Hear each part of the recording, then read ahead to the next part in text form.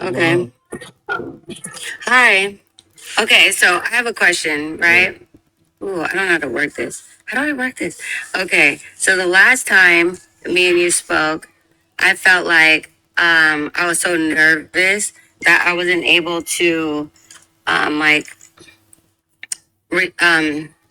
explain myself properly, right?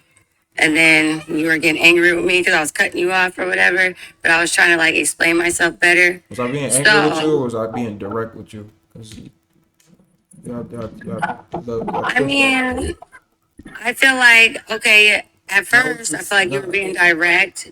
But then when I got off the live, I was listening to, and you were like, yeah, she's disrespectful, blah, blah, blah. And I'm like, wow, I wasn't trying to be disrespectful. It's just my first that doesn't time. mean that I was angry. That means that I was being direct and stern and holding up a high standard on my platform because there's hundreds and hundreds and hundreds of people that watch me on a daily basis when it comes to my live streams. And then thousands and thousands and thousands and millions, and it's not an exaggeration.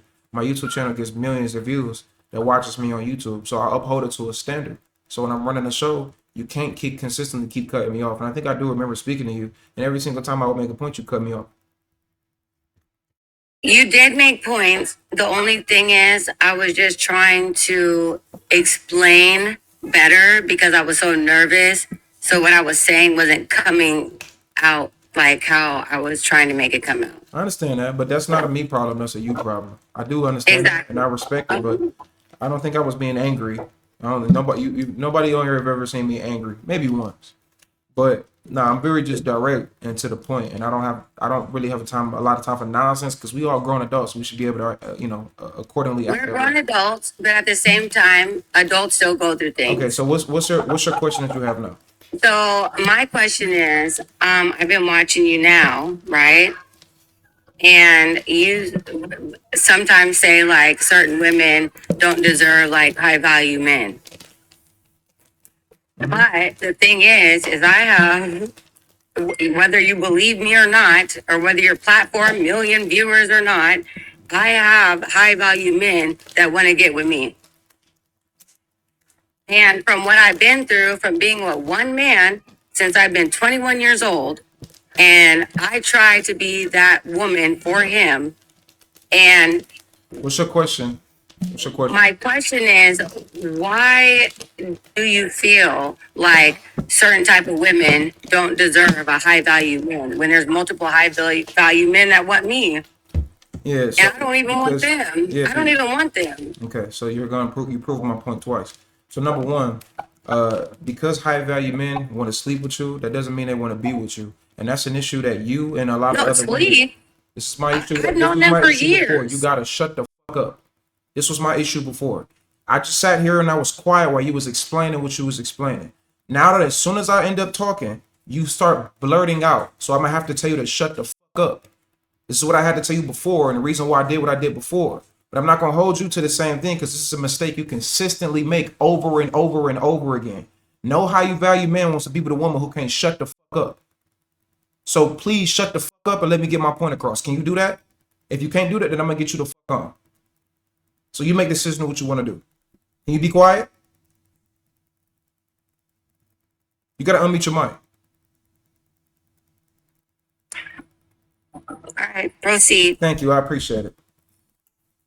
So as I was saying, what you and a lot of other women like yourself don't understand is there's a difference between a man who wants to fuck you and a man who wants to be your boyfriend or your future husband. There's a big difference. Those are two separate things that women like yourself do not seem to understand. Because you can get attention from a man is not the same as a woman getting retention from a man. The problem is women like yourself do not understand male nature. Y'all conflate attention with retention. Y'all think it's the same thing. Well, because a man wants to take me on a date, he wants to be my boyfriend or my husband. Because he wants to spend money on me, because he wants to see me, because he FaceTimes me, because he wants to go on trips, because he wants to pay for stuff, because he talks to me on the phone, because he talks to me about our future, because he gives me attention, that really means that he cares about me and wants to be my husband. And for someone who claims that you've only been with a one man since you were 21, you don't really have that much experience with men, which is not a bad thing. The problem is you don't have guidance when it comes to men. And that's what I'm trying to give you. So you don't know male nature like you think you do. So that's what you need to understand. Retention and attention are not the same thing, and they will never be. That's that. Now, the second thing and the second point I want to make to you, ma'am, is the fact that you claim you have these high value men that want to be with you, but you just sat up here and said that you don't want them. So what that tells me is you have men that you give access to that you don't want. That's not what high value women do. High value women don't give attention to men that they don't want. They get those men and push them to the side. So that's not that doesn't make you that doesn't give you any props. That if anything, that brings you back down. That means you waste your time with men that you don't like. And I don't remember fully the information that we had in the conversation that we had in the past, but I'm almost certain that you're a woman with children. You're divorced. I think you said you was divorced. You're a woman with children, and you're probably around 50 years old. So it's not really much that these so-called high-value men are going to get out of you outside of sex. You probably can't have another baby, not a healthy one, not at the age that you are. Have a good day. Brother. I'm not your brother. I don't know you. We didn't come out the same. You didn't come out of my father's penis as far as putting himself into another woman. I'm not your sister. And you're not my brother. I'm sorry. You're not my brother. But I'm going to drop you down because you can't finish and let me speak. I was quiet when you were speaking. And the only reason I'm speaking to you like this is because you did this before. When women come up here and they overtalk me, I give them grace. I tell them, hold on, let me finish. But with you, I got to be this way with you. And I got to lead with an iron fist because you're disrespectful to the platform. And that's the reason why you are the women that you claim you are, but you ain't getting the outcomes that you're looking for. You're not a high value woman. You're a woman well past your prime with kids and you divorced. No man wants to be with you. Number one, you don't know how to shut the fuck up. Number two, you're not attractive. Number three, you got nothing but baggage. Number four, you are not a woman that has any value because you deal with men that you don't like. And you don't know how to conflate the difference between, you don't know how to understand the difference between attention and retention. So you're never going to find a high value man. So have a good day. I ain't the one you need to talk to. You better go to somebody else. It's a delusional. I ain't got time. I ain't about to babysit you or do none of that. You don't like me, get the fuck on. I don't give a damn about it.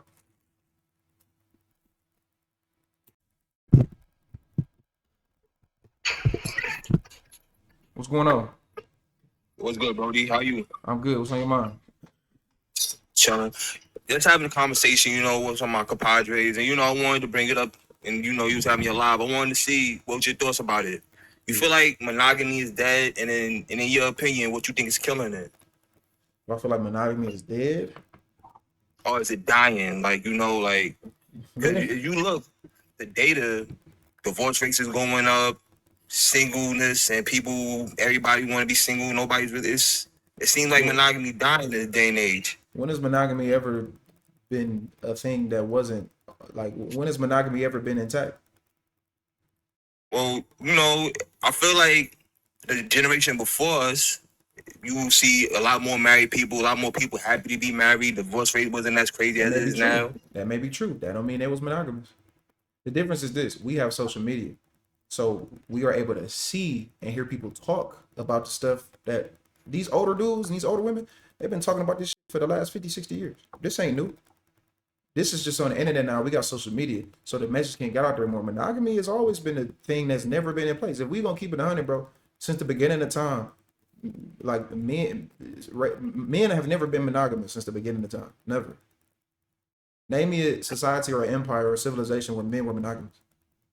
Where the men, the people in charge, they had only one woman. Yeah, that's the thing though, because if you look back at it, polygamy was like the roots of everything. Everybody. Not even just polygamy. It just like men only being stuck with one woman. Yeah, it's not really a thing until you think about this. You think about this era. Yeah, but I'm saying monogamy has never been a thing. So even if we speak about now, you could say back in the the mid 1900s, going towards the late 1900s, a lot of men were more married in relationships, but niggas was cheating. Women was cheating back then too. They put it in the music. You can go listen to the music back in the days. Like cheating and being non-monogamous has always been a thing. People just talk about it more because we on the internet. That's it. Now you make a good point. Yeah. That's it. Yeah, bro. I feel like, today at work, that was like the topic of the day. Okay. Well, I appreciate you coming up, bro. No problem. For sure. For sure. Oh, I ain't even say thank you to this. I just peeped this. Shout out to Adriana. Thank you for the first donation of the day on TikTok. Shout out to Audrey with the $50 donation. That's another reason why they don't like me, because the women on my live and the men on my live, they support me. I get support. That's another reason why they don't like me.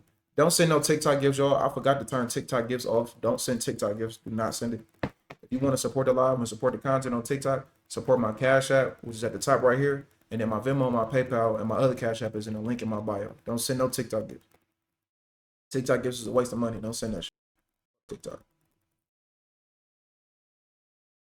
It's good. What up with it? What's going on? Hold on, let me turn my camera on. Good. All right. You see me? Nah, not yet. See me now? Yeah, what's going on? I'm Can't hear you, bro. Can't hear you. Can't hear you. You hear me now? Yeah. Yeah, so look, all right. How old are you? I'm 28. All right, so you have experience with like women and shit. I'm only 19. I ain't had that much experience. So like, when it comes to finding a woman, what do you feel like is some of the like, what do you feel like are some key things I should look out for? I don't think you should be finding a woman at 19. I'm just saying generally though. This is the thing though. I could sit here and give you this whole playbook about women, bro, but you don't find a woman by giving a playbook. You find a woman by making sure your shit is together, number one. So Damn, find a I woman. my shit. This is listen to me, bro. You gotta listen to me. Come on. You find a woman. Finding a woman starts. Step one is fixing you. It don't start with the woman. It starts with you. That's the thing that a lot of people don't realize, and a lot of young men don't realize. Finding a woman starts with you. It means getting your shit together. It means staying away from the alcohol, staying away from the narcotics, staying away from the women, staying away from the men who ain't doing shit for you. You have to fix you first. And what a lot of younger men also don't realize is women are not going anywhere. When I was 15, I used to hear this shit. I lived with my dad in Atlanta for like 2 years. And nigga used to tell me all the time, the women gonna be there.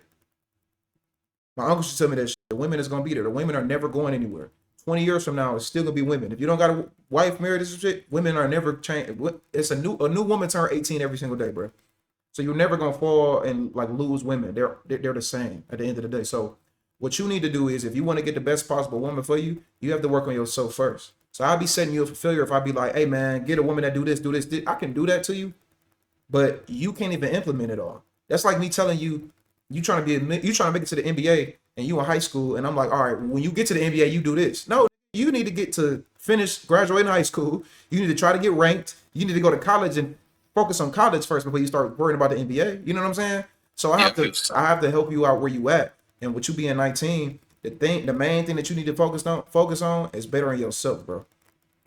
That should be your number one priority right now. Is fixing you.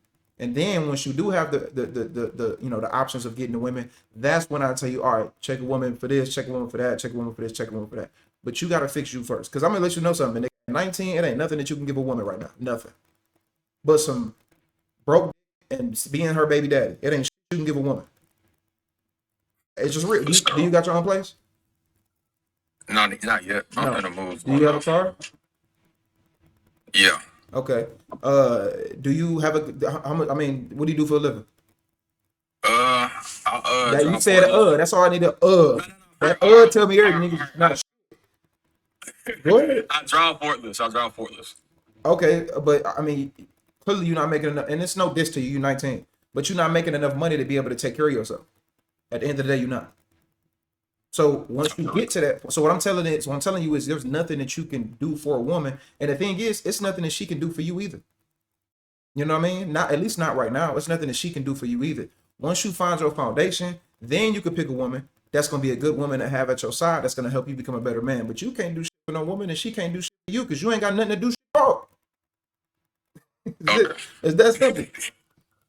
So when did you get to when did you get established and then you 25 is when I started getting into my lane. 25 is when I started to do online content creation. I'm 28. When I started to understand women, I was like 24. 20. I was around the same age, about 24, 25. I started to kind of get it about what it take to be a man and getting money and stuff like that. And then around 26 is when I was like, okay, I can do this shit. I'll say about around 26 I started to feel comfortable financially. 26 is when I was comfortable, like, all right, like I'm cool, like I'm good. You know what I'm saying? I don't need So what nobody. about like the years before, from like 19 Nigga, before I that? was struggling. I was Okay, struggling, so living in shit that I couldn't afford.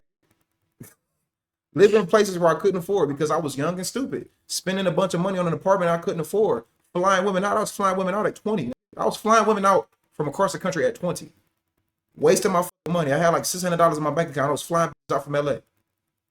Stupid shit, bro. And that's when I was in college.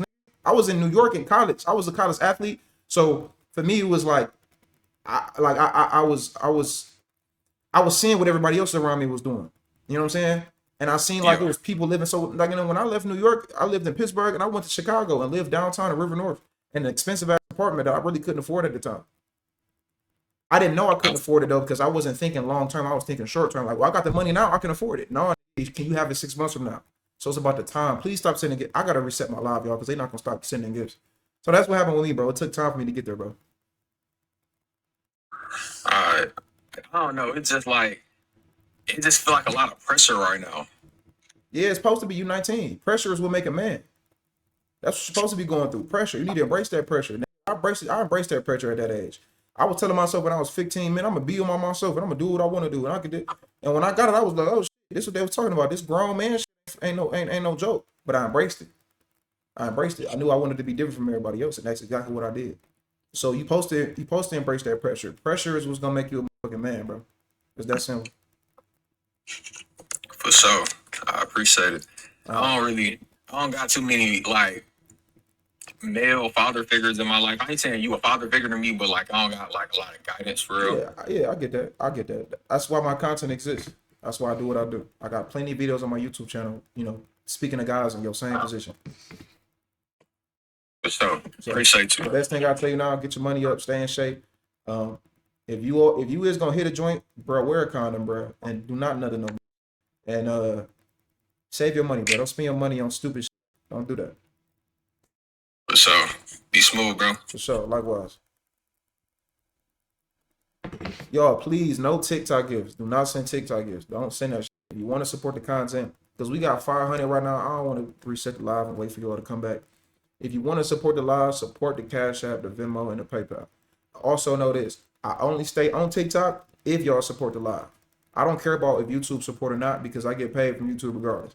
I don't get paid for TikTok. I don't post content on TikTok. I don't give a fuck about TikTok. All of the content y'all see on this app, that's my content, ain't being posted by me. So if you want me to stay on here, support the shit, send gifts, all that good shit. But TikTok gifts, or not TikTok gifts though, send everything but that. What's going on? All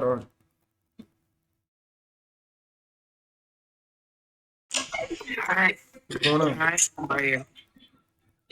Oh, so I have a question for you. Please just give me straight honesty. No Always. hard. Always. What's going on? So if you decide to take a man shopping because it's maybe his birthday, Father's Day, whatever, and he decides what he wants and then he leaves to the back of the store, like, what does that mean? Like, is he not trying to be seen with you? Is he, Wait. like, what does that even mean? He did what? Like, say, hypothetically, it's your birthday or it's Father's Day or I don't know, whatever, or it's your big day from graduation from college or whatever, and you decide to take him shopping. He chooses what he wants. You go pay for it because it's his gift, and he decides, you turn around and you look for him, and he's standing at the door, like basically at the back of the store. Like, what does that mean?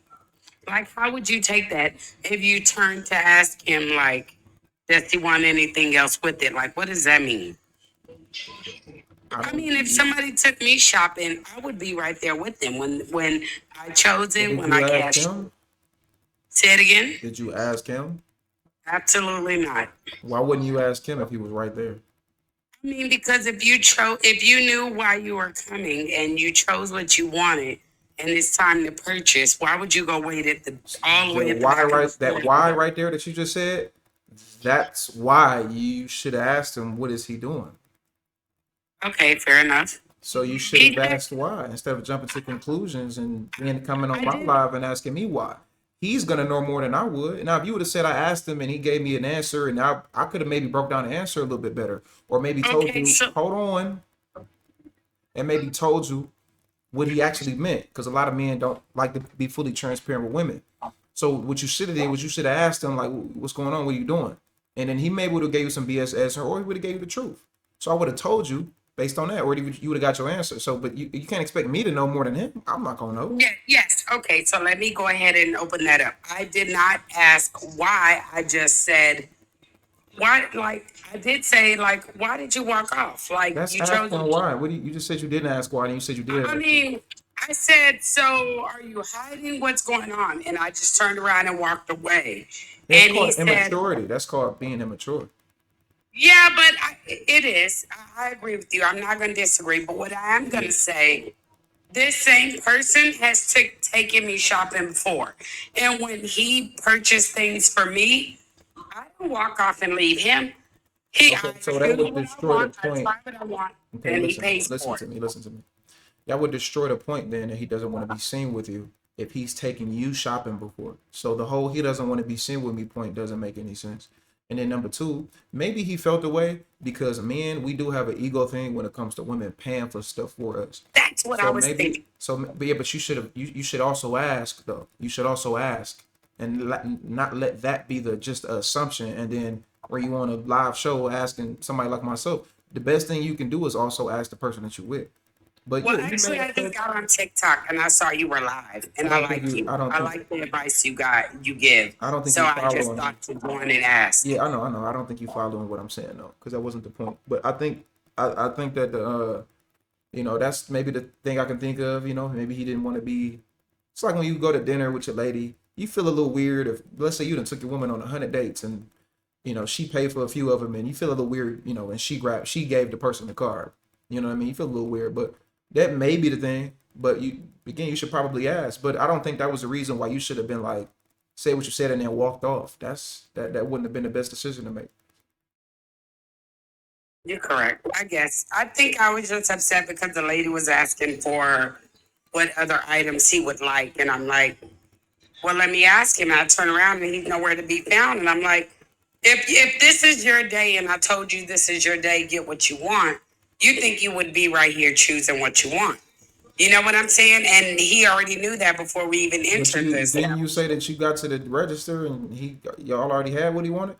So if it was more what he wanted, then he would have said what he wanted. Obviously, he didn't want nothing. But this is why you Well, should have asked the it was at question. the register. It was at the register. I didn't know that until This the is cashier this is came. why this is why you should have asked the question. Though, was the point that I'm making? You should have asked him if that was the case, and maybe you should have reassured him if that was the case. Like, yeah, I just felt weird.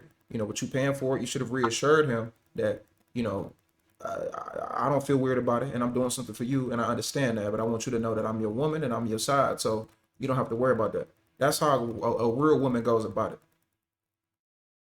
Okay. Yeah, I get it. I get it. I think I was just probably in my feelings because they were asking and I turned around like, what do you want? And So he's you gone. so I'm you like, more focused on the feelings that the people at the place had rather than the feelings that the no, man me. had.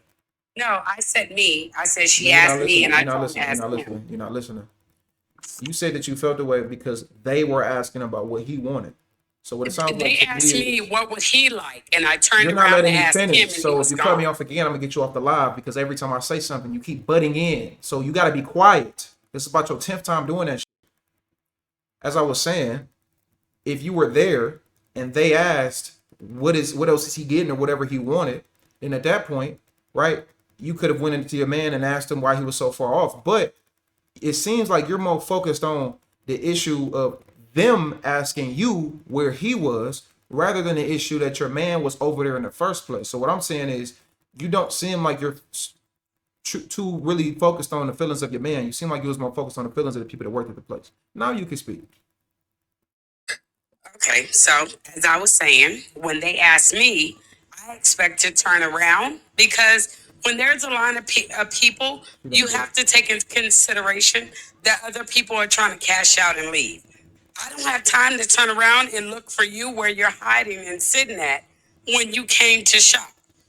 They're asking what you want, and I'm trying to ask what else do you need You don't because get this it. is what they're asking me. Yeah, you don't get it. You don't get it. But hey, I've explained it multiple times. Tell me, please tell me. No, I've already explained it, and there becomes to a point where I think some people just they can't be. Your thought process is already stuck, and I can't pull you out of it. You are what you're gonna. It's not, and I'm asking for your opinion. I've That's already why. did. Let me ask you this. Let's just see if you was listening. What did I tell you? You said that I was more focused on them No, asking. before that, what did I tell you? You said more so that I should have asked him why. Exactly. Yes. There you go. Okay. Fair enough. Can I speak or you want me to wait? You speaking right now. Okay. So I understand asking him why. Yes, I get that part. You're correct. I'm so wrong about that. But I think if me and you were in the grocery store and they said, would you like prime beef or would you like sirloin? Like, I would like to turn and say, hey, which one are they asking do you want? I don't want to have to go find you at the entrance and say, hey, do you want sirloin or beef or whatever? Like, I don't want to have to do that. Like, if this is what you're coming to get, you should be right there to answer the person, the cashier's question. Well, if it was me and you, I wouldn't have to worry about that because you the one that'd be cooking. So you take over the cooking. You're a woman, so you would do a woman's job, which is take over the cooking. So I wouldn't be over there in the first place. Exactly, but he's not like that. And well, what I seem to choose, it's always not what he likes. And that's why I was upset. Like, if you know that everything I choose, you're like, no, I don't like that, I don't want that, then why wouldn't you be right here? Well, That's the problem. but Because you other said than the that, I thing- feel like you I know him. Okay, well, you said that the day was to buy him something. So it was Yes. something that he already chose. And you said that that product was already on the counter. So if that Yes, was the sir. case, that's exactly what he wanted. So it would have been nothing else. You said that the question was, did he want more? Is there anything else? Which means it's an add-on, not a substitution or anything like that. So it would have So been what add. Okay, you have a good Yeah. day. Appreciate you coming up. What's going on? Hello. What's going on? Hello, how are you? Good afternoon, Mr. Anthony. I just want to start off by saying I love your content. I think you're hilarious. Like, you're so funny on YouTube. Thank you. You remind me so much of like my brothers. Like, you stand on business. Like, it's just straightforward to the point.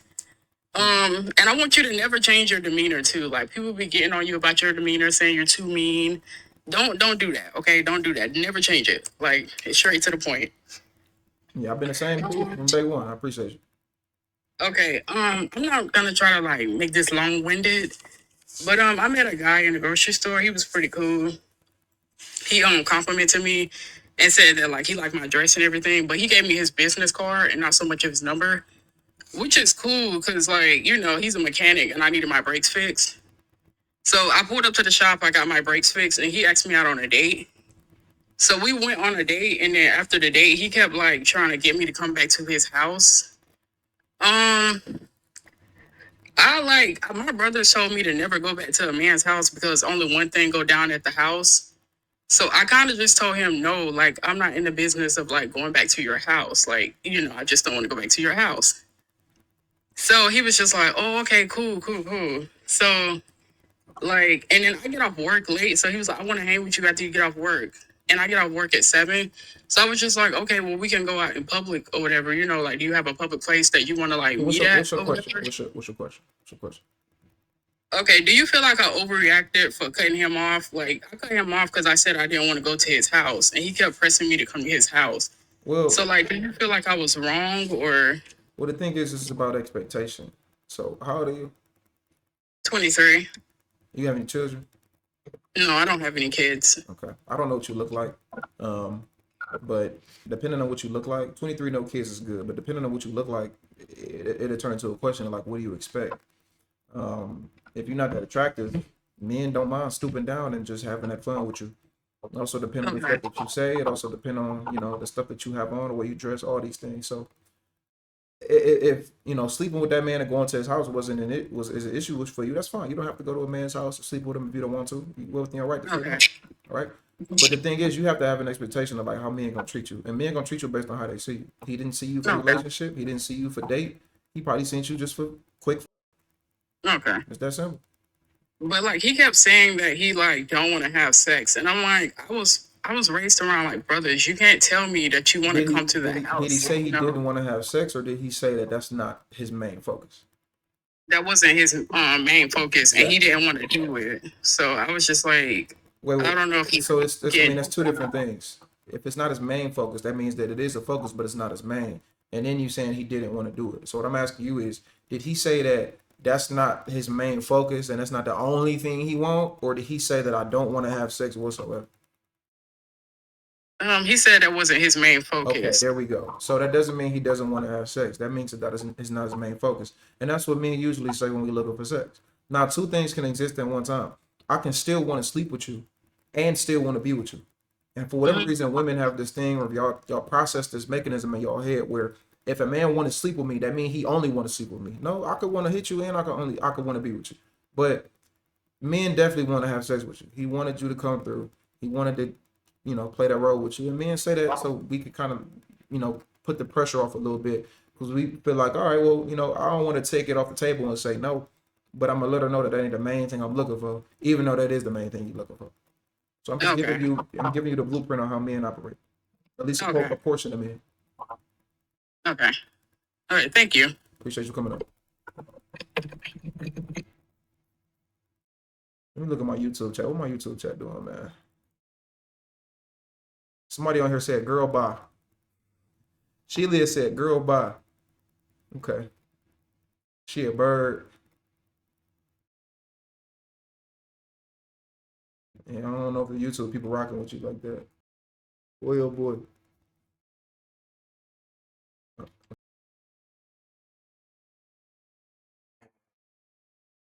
That was a good app. I'm doing alright. I just need some advice about something. So I'm just a little bit shy, so my bad about that. What's your question? You said what? What's your question? So my question is that I just found out that like my shorty, I found out she was cheating on me back in like May. And it's just like it's been fucking with my mind lately. I just need about something to move on from. Well, probably because you shy.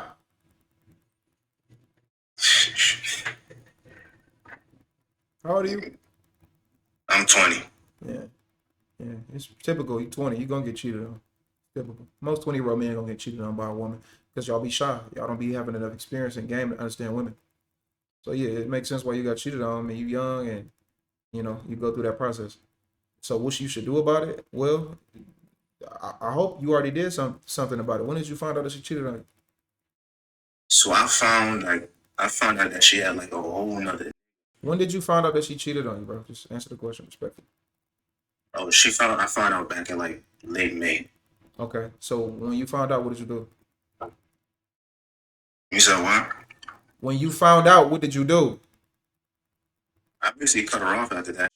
You basically cut her off? What does that mean? Basically, Yeah. you either did or you did. I cut her off. Okay, you haven't spoke to her since, or you've had conversations with her? I haven't spoken to her since. Okay, you need to continue to not speak to her. You need to completely go cold, and moving forward, you need to focus on yourself. You need to figure out why she cheated on you. Do you have any thought process on why she probably cheated on you? I mean, I really don't know. So Well, I think that's a problem. Usually women cheat for a reason. So you got to do some self digging. You got to do some self, some self, rehabilitation, and you need to figure out why. And it's probably, do you know the person that she cheated on you with? yeah, he's the one who sent me like all the proof about her cheating on me. Was he older than you?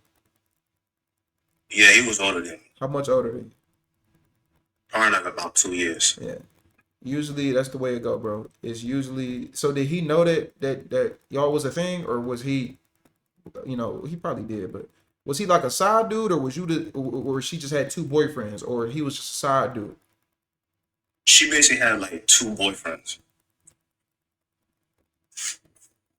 Okay, but somebody was more locked in okay. Somebody was more locked in than the other one. Yeah, that's what happened. Who was more like? And Who was more the boyfriend? You or him? I mean, it was both of us because she was like she was saying like the same to both of us. Okay, one of y'all was more. Women definitely like somebody more.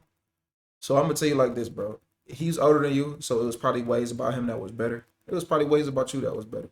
But women usually, when they cheat, they go for bigger and better. So it is what it is. So I think what you need to do, you need to get out of that shot. I mean, even your profile picture. I mean, you look like a weird emo kid. You hiding your face, you doing all that. That's weird, man. Change your profile picture.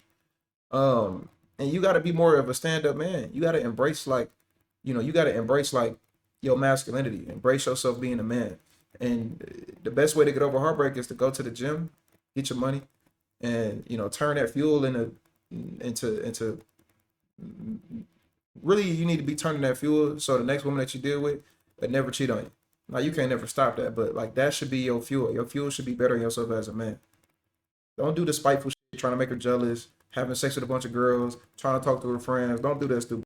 The best advice I can give you is get off the internet and solely put all your focus energy into yourself.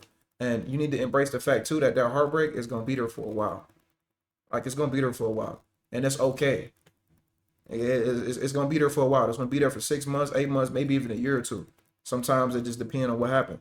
So you need to embrace that and understand that the heartbreak is basically you recovering from it. The emptiness you feel inside, you can't eat, you can't sleep, stuff that you find fun is not even fun no more. Like it's gonna take a while, and you got to be able to like relish in that, and the you becoming a better man is gonna come out of that. But you got to be willing to embrace it. All right, I appreciate that. Appreciate you coming up, bro. Much love to you. And change that damn profile picture. You look like a gay vampire. You gotta change that. What's going on, Bree? Hi, how are you? Doing good. What's on your mind? It kind of seemed weird. I'm asking like a younger man, like what might be my issue, but Why would that be weird? I don't know. It just, You think I don't you know. think age is an equivalent to experience? Not necessarily. And I kind of been watching your page, and I listen to you, and I agree with most of what you say. So Why would it be that's weird? kind of why I went on ahead and came up here. Why would it be weird? I don't know. I guess because I don't know. I guess it wouldn't be weird. A man is a man, right? If he got the experience and the knowledge, he got it, right? Okay, what's your first off, let me say thank you to a few people. Golf, you always coming in showing love, fam. Shout out to Golf for the $10 donation. Shout out to Parnell. Parnell, much love to you, family. Thank you for the $5 donation. And Kimberly, I appreciate you, sweetie. Thank you for the $10 donation. Thank y'all for the love and the support, y'all. What's going on? Ask your question. I'm listening. So I'm just having like the hardest time dating. I don't think I'm an ugly person or nothing like that. I'm just having the hardest time finding somebody that wants to commit. I mean, don't get me wrong. I find people. People come talking all the time, but it's just stuff that just don't last. And I'm like, is it something about me? How old are you? I'm 40. How many children do you have? I have 2. How many different fathers? Same father, so my ex-husband. Have you ever been married? Ex-husband. Have you ever been married? Mm-hmm. Oh, Yeah, ex-husband. Have you been married? Yeah. So, yeah. sorry, I'm used to the protocol questions. All right. Well, you don't think that you being a divorcee, 40 plus with 2 kids, is going to be a major reason why a lot of men is only going to see you for a short term and not long term? Well, they're off in college, so it's just me. Doesn't mean anything. What does that mean? Okay, so that's the question. So it doesn't matter how old the kids are and how much. Like, it's not like. I mean, don't get me wrong. They're always my kids. They're always That's gonna the be answer my right there. kids. They're But, always your kids. They don't just because they get older don't mean they're your kids. And if they're in college, guess what? They're going to be definitely relying on mom and dad to help them out because they're in college and they're still trying to figure life out. If anything, once they get out of college, they're going to definitely need you even more to get out of their early 20s, get out of that rut. So yeah. okay, so you as a man, y'all still see, regardless, it doesn't matter the child's age. It's you got kids and that's what Sure, it when is. you get in your 50s and 60s, sure, maybe it's a little bit different, but that's also if they have children too. But if you 40 plus with 2 kids and you're a divorcee, yeah, of a dude that's 43 with 1 kid, he's gonna see you as a deficit. He's gonna see you as a negative. He ain't gonna want to deal with you long term. Or if you come across a person with no kids, he damn sure likely ain't gonna take you seriously, unless he ain't got too much going on. So your best bet is to, why did you divorce your husband?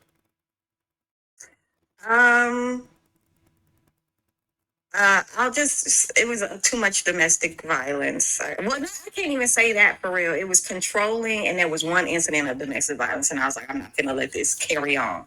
Okay, this controlling thing. Florida, thank you for the donation, sweetie. Shout out to Florida with a $20 donation. What's this controlling thing? What does that mean? Because I'm curious. Controlling. Control.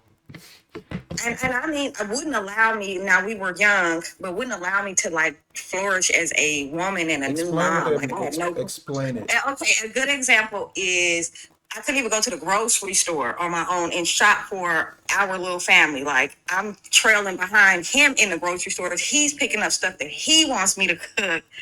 Like I'm a kid. No, that's not like a kid. That's like a fucking wife. What do you mean? What do you mean? I should be able to go to the grocery store. You should be able to listen to your damn. That's just a minor example. I'll give you another example. You gave this man 2. I don't want to hear it. You gave him 2 children, and you took his hand in marriage. I'm gonna say it again. You gave him 2 children, and you took his hand in marriage. So it's your duty to listen to your damn husband. Okay, I get that, but I should still be able to have my own mind. There is no your own. This is the problem with you modern day women. You're a married woman. There is no your own. This is your husband. But it's not his. It's not. It's not. It shouldn't be what. You got one more time, and I'm gonna get you up out of here. I'm not your husband. You can argue back and forth and do that with him or the new dudes you deal with, not with me. I don't got no kids. I ain't got no divorcees. I ain't got women running around. So you can do that with them, but you can't do that with me. You got to come to me. You got to listen because I'm telling you what you need to hear. So you got one more time, and I got to get you on somewhere, respectfully. I don't want to have to meet you, but you're not finna do that. We ain't finna go back and forth. I'm telling you the truth. You gave this man 2 children, and you took his hand in marriage. So with that being the case, it is your duty to submit to that man. Why, as a married woman, would want to go to the grocery store by yourself? You know how many women would love to be with a man at the grocery store? You know how many women are struggling right now that they got to go to the grocery store by their damn self? They would love to be with a man at the grocery store and follow behind that man. I bet you if I ran up your man to get up with me. I bet you if I did something, if I was like, hey, what's up? Guess what? Your man gonna stand up and he gonna probably whoop my ass or whoop his ass or something gonna go down. He ain't gonna let you not be protected. The domestic violence stuff, I'm not gonna speak on that. You know what I'm saying? If that was going on, whatever that is, if that was something he hit you, I mean, hopefully you didn't hit him first. But if he hit you, that I ain't gonna never, co-sign that. But this whole notion that I should be able to, no, you should be able to listen to your damn husband because you gave him 2 kids. You're in a vulnerable position because you're a woman. So if anything, you had a blessing that most of these women don't have. A man that's willing to, how many married men don't even be wanting to go to the grocery store? He was willing to go to the grocery store with you and be your rock. He's walking in front of you because he's making sure that he's leading the way and letting it be known, this is my woman. Who was pushing the car? You or him? Him. He was pushing the car. Oh, yeah, you would have been pushing the car with me. But at the end of the day, he was doing what he was supposed to do. So in that situation at the grocery store, like I think that's a very Can I clarify? Can I clarify something? You can wait till I'm finished. You can wait till I'm finished. That grocery store is a very minuscule talking point. That's something that you should want. Now you can clarify. It's not a problem that he wanted to come with me. It's okay. We in the store, we shopping together. Like, oh, can I cook? Or how about this? No, we gonna cook this. Okay, you know what? I did it. And then it's like, okay, I got recipes that my family has passed down to me. No, you don't want me to cook how I cook. I gotta cook how your mama cook. I gotta dress how your mama dress. That's what I meant by controlling. Like, that's not control. That's not control. So hold on. Okay. He gotta dress like. So he told you that he wants you to look like his mom. That's what he told you. It's always a comparison to his mom. Like, oh, my mom wouldn't wear that, or my mom wouldn't this, and I'm like, yeah, and I'm not. That's a good thing. At this time, I'm a 20-year-old woman. You don't get it. You don't get it, Bree. A man is supposed to make you a better. See, you are under the thing that a lot of these women are under, which is a spell because you're too indoctrinated in modern society. As a woman, you're supposed to dress modestly and respectful. You're supposed to dress modestly and respectful. Modern women are so used to what y'all see on the internet all day and what's like pushed for y'all to be hypersexual, ass out, titties out, stomach showing, belly button, nipple piercings, tattoos, lip piercings. Y'all are so used to seeing this stuff that you think it's supposed to be okay, and it's not supposed to be okay. It's not okay at all. So what your husband was probably doing was saving you from yourself. His job is to make you a better woman. So you're not supposed to be dressing any old kind of way. You're supposed to dress like a motherfucking wife. Any woman around me, you're not dressing with your ass hanging out. Not with me. Not whether you by yourself or if you with me. Not with me. You are the example of what I got attached to me. So you're not finna be with Aunt looking like that, or no time. You ain't even gonna be my woman looking like that at all. You gonna make sure that you're respectful and modest because I care about you and I want to protect what I have. So that's probably why he used to walk in front of you at the store. Which is probably why he cared about what your attire was. He's supposed to do that. I guarantee you that logic probably. Do you have a daughter? I do. I'm sure that logic applies to your daughter. I'm sure he was probably strict when it came to your daughter. You should be strict when it comes to your daughter too. But your daughter probably couldn't go out with boys at 16, at 11 o'clock at night, 12 o'clock at night. She probably couldn't dress any other type of way. Right. So what I'm saying is that's where the father is important. He sets that foundation. Go ahead. So no, I'm already a modest person. So I'm not out here with titties out, ass out. Ooh, I don't know if I can even say them words, but I'm not out. I was never that person. I didn't say you were. I've always been a modest person, but how I don't know. But anyway, I felt like that was too controlling for me. I don't think that you wanted a husband. You wanted somebody that was a playmate. And that's your problem. That's most women's problem. You didn't want a husband. You wanted a playmate. And I can admit that I probably got married way too young to really understand what I wanted. Y'all stop with that notion where y'all throw that negative thought process on these younger women. It ain't got shit to do with you being young. It ain't got nothing to do with you being young. If anything, you're supposed to get married young. Because that's your prime. You're supposed to get married young. The problem is you were not guided correctly probably from your youth. That's the issue. It ain't got nothing to do with being young. Because if you wasn't married young, you probably would have been in a lot worse position because you probably would have had more sexual dealings. You probably would have had more domestic violence issues. You probably would have been through what most of these women in the comments that don't like what I'm saying, the ones that don't like what I'm saying, most of them, they ain't married. They ain't got no man. And they didn't got nothing but negative experience after negative experience after negative experience with a whole bunch of men. That's why they hate men so much. So if anything, you would have been in the same boat as them. So the best thing that could have happened to you in your youth is to stay with one man and stick with him. Because you got 2 kids with this man. If you would have been like any other woman, you would have had multiple. If you didn't pull him out of your womb and destroy him like a lot of these other women. So if anything, that was your best decision to get married young. That was probably the best decision that you could have made. Okay, interesting. And I with these lives, I think it's kind of hard to because you want to give more context, you want to broaden it so that you can kind of see, but to me it's a little bit generalized. Well, that's the point of coming up, Bree. I give everybody who come up here the opportunity to go deep into it. So I'm only gonna go off of what you tell me.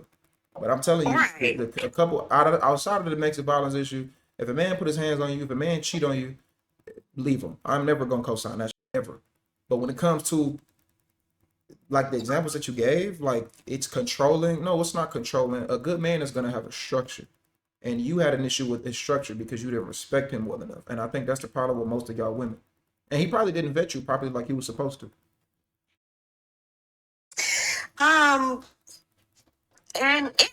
it might have been a structure thing because when I went from living at my parents' house immediately into his house and under his rules, and I just did not have that time to breathe. But it could have been a structure thing. But where I drew the line, because I did try to stick with it, and I'm like, well, I gotta adjust for a while, and then that's when the whole I don't know what he had going on, but he started thinking that I'm cheating on him. That I think it was more so he was the one cheating, and then kind of that whole thing. Nobody just randomly starts thinking that you cheated. So it probably was something that was going on and made him feel like that. And maybe you said that you thought he was cheating too?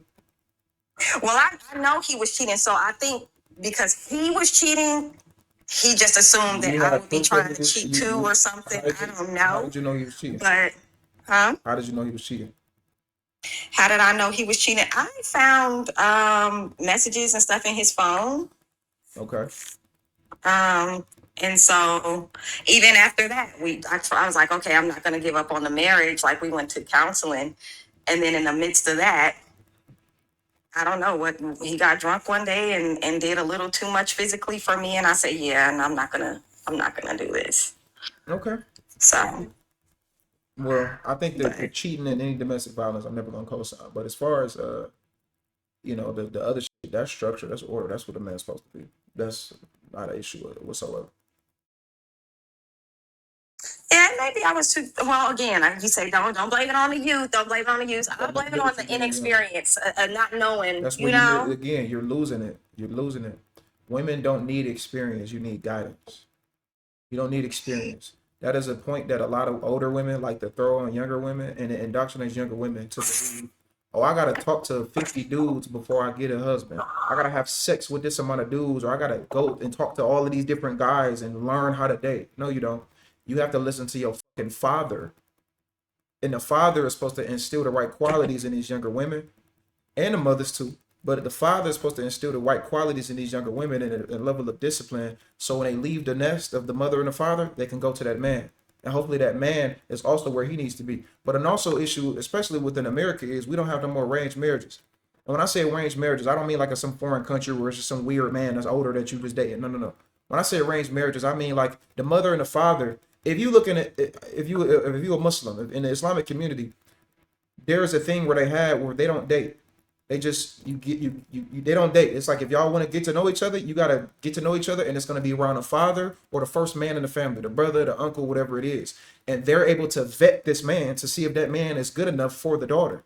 That's the way it's supposed to go. But unfortunately, the women are now choosing their men. But y'all don't have no guidance because most of y'all are being led by the mothers in single parent households. And then the sons are also being led by the mothers in single parent households. And the fathers ain't nowhere to be around. If they are around, they're from a distance. So that's why the relationship in not modern day society is fucked up, because the family structure is completely it's obliterated. And what I'm talking about is the same thing that these people push back on. People talk about the family unit and coming together, but the stuff that I speak about, men, being leaders, being honorable, women being feminine, soft, nurturing, listening, and being submitting to their husbands. For whatever reason, I'm the big bad guy that hates women. But that's exactly why the modern day dating market is destroyed, because there's no more traditional values no more. Everybody out here fucking, sucking, aborting their babies, getting STDs, half naked on the internet, the men chasing after hoes and shit, and the cycle continues. So I guess I'm the bad guy because I want people to be righteous. I'll be the bad guy though. And I ain't saying you, I'm speaking in general. I know. So I think we kind of deviated from, my original question, but it was insightful. I don't want to hold up your panel. I'm sure you got some requests. Yeah. But I thank you for your insight. Definitely a different way a new perspective. Well, I appreciate you coming up, and good luck to you. Thank you. For sure.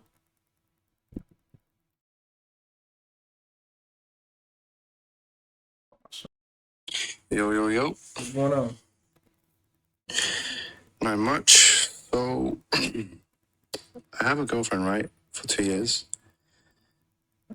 What I struggle with most is temptation, like not speaking to other girls. For example, if I go out with her and I see loads of girls, how do you deal with that? Like, how do you stay focused? How do you deal with that temptation? How do you stay loyal 100%? You can't control your lust. If you can't control your lust, you can't control us. So it sounds like you got an addiction. An addiction is something that you can't control. So I don't think it's weak. I think when men cheat is weak, because a real ain't got to do that. You gonna tell your lady, hey, look, I'm gonna deal with you, and I'm gonna deal with these other women on the side. That's what a real nigga gonna do. So I think you just soft and scary, and you ain't got no self control. A real man gonna tell your lady, look, I'm gonna deal with you, and I'm gonna deal with these other women on the side. You gonna stick around? Yeah, all right, we good then. It's like, who is a woman to sneak with? Like, sneaking around a woman for what? She's a woman. Why are you sneaking? Thought it was going on. So yeah, it's just a weakness in you. Yeah, I feel like in today's society, man, it's too many options. It's like, No, how that's do you not know, true. like, Most of y'all niggas got options. You need to be no? chronically online looking at women. Because of women online, that don't mean you have an option. Unless you just got all these women in your DMs, but I highly doubt that. women tend to not be the pursuers. So I highly doubt you just got all of these options of women running after you. Yeah, I highly doubt that. Especially you in the UK, like, come on. Fair enough. Fair enough. How tall are you? 6'5". You 6'5"? Okay. All right. I'm saying we the same height. Is it? Mm-hmm. Bro, I thought you was short. Yeah, most people think thought I'm you was short like till they look a- at my pictures on my page. They think I'm short till they go to my page. No way. Wait, like in centimeters, that's like what 197, isn't it? We don't do centimeters in America. I don't know. Oh, okay. All right, man. Cool. I mean, that may help you. So I mean, it's probably a couple other ones, but I mean, at the end of the day, even still, bro, like even with me having a platform, it's women that hit me up, but I don't just got like thousands of women just berating at me. That's so when you say options, I think it's more so the illusion of options because of what you see. But you should respect your relationship, man. Respect the lady that you with. And like I said, who is she to? Why are you cheating on a woman? Like who is she to cheat on? Why you don't just be honest with her and tell her, look, I'm gonna deal with you and I'm gonna deal with these other broads. Why don't you tell her that? I don't know, man. It's too It's too what? too difficult. What's too difficult? For example, like I went to Portugal with my girl, and then because it's summer, every girl's wearing dresses and stuff. I'm like, damn, like, like I don't know, like I don't know, I'm like, because before That sound a little. before I was with her, I used to go out with my. Let me say this real quick. Can you hear me? Bruv. Hey, mate, isn't it? Can you hear me? Chops. Brother. Where are you? Hello? Yeah, sorry, I was checking. I was getting a call. You can hear me now, though? Yeah. All right. My thing is this. You just said the women be having these little dresses on and they be tight and then they be, have the little outfits on, right? Right? Mm-hmm. Yeah. Okay. Do your lady dress like that? Nah. Okay. So my thing is this. If you a man of value, why would you even want to go after the women who put themselves out there like that? See, if you was a real one, see, this how I know, respectfully, that's how I know you ain't really where you think you is. Because if you a real one, you would only deal with women that were modest, that were, feminine, attractive, who didn't have and dress like a. Your lady don't dress like that because as men, this is where women get confused. We don't want our woman to be a hoe, but we will dip and dabble with hoes. But we want our woman to be different because who we want to sleep with and who we want to commit to is two different things. So if you was the valuable man that you probably think you are, you would only be dealing with women like your lady that may look good, but they don't flaunt it. They don't sexualize themselves. They don't put themselves out there like that. So you ain't even dealing with top tier women. You dealing with hoes.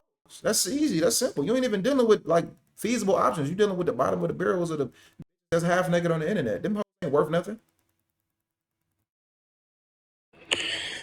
So, how would you recommend to get away from that? Have some discipline. Just don't deal with them. What you mean?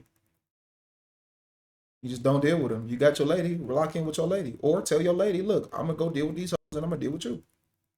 So that's it. Okay. So you've never done that before in the past? Did what? Like you had a girlfriend and then you felt tempted. If I'm single, I'm gonna do all that when I'm single. Yeah. I'm gonna mess around and dabble around with multiple different women for sure. When I got a lady, we locked in for sure. And I have discipline. When I mean it, I don't even like these bitches here. To be honest with you. Especially if it's half naked on the net, you know what I'm saying? When I got a girl. Hell no. You got a girl. Are you taken as well or not? That ain't the bit. Don't try to put it on me. Hell, that ain't the business of the lie. That ain't the business of the lie. We talking about you. And even if I did or if I didn't, I mean, at the end of the day, the point is still standing. Trying to twist it on you. See, trying to flip it on me. Go ahead. All right, bro. Yeah, I hear it, man. I hear it. All right. Well, you need to get your shit together, gang. I ain't gonna lie to you. All right, man. Cool. I mean, do you still believe in marriage nowadays, or not? Not in the traditional sense of paperwork, no. Or would you how do you mean? You in the UK, bro. You ain't gonna understand it anyway. It's different over there. But you got any more questions? Is like, based on what you're speaking of. Nah. Okay. Good, Well, bro. I appreciate you coming up. Shout out to you. What's going on? Hey, Aunt. What's going on? So I got a couple questions for you. Wanted to see if you can give me some insight, give me some suggestions on them. For sure. So, been dating a guy for about, I want to say like 2-3 months. Really, really good guy. Great effort, respectful, kind, gentleman. But he's a little bit on the quiet end. How do I go about that? How do I kind of get him out of his comfort zone? Allow him to like feel more comfortable talking to me? He's on the quiet end. I mean, that's his comfort zone. If that's what he is, he a quiet type of guy. That's just who he is. Why are you trying to change him? That's his personality. That's what he's supposed to do. He a man. I get paid to talk, but when I'm offered this, I don't be out in the mix. I'm not a really outgoing person. If you know me personally, you know I'm a real introvert. I don't like people like that. I get paid to talk, so obviously I'm gonna talk, and I give good insight, and I like what I do. But outside of that, I don't be saying too much. Most men don't talk too much. So why would you want your man to not be that? Because if he's a quiet man, that's probably mean he real observant. That probably mean that he's a thinker and he think before he speak. So you shouldn't want you shouldn't want a man that's too damn talkative. You should want him to be exactly who he is. Yeah, you're right. You have a great point on that. I was just a little concerned if it was an interest, like a lack of interest, but what you did mention makes a lot of sense on that one. Are y'all It together? does. We are exclusively dating right now. Okay. Are y'all sexually active? We're not. Well, maybe if you give him some pussy, he'd be a bit more talkative.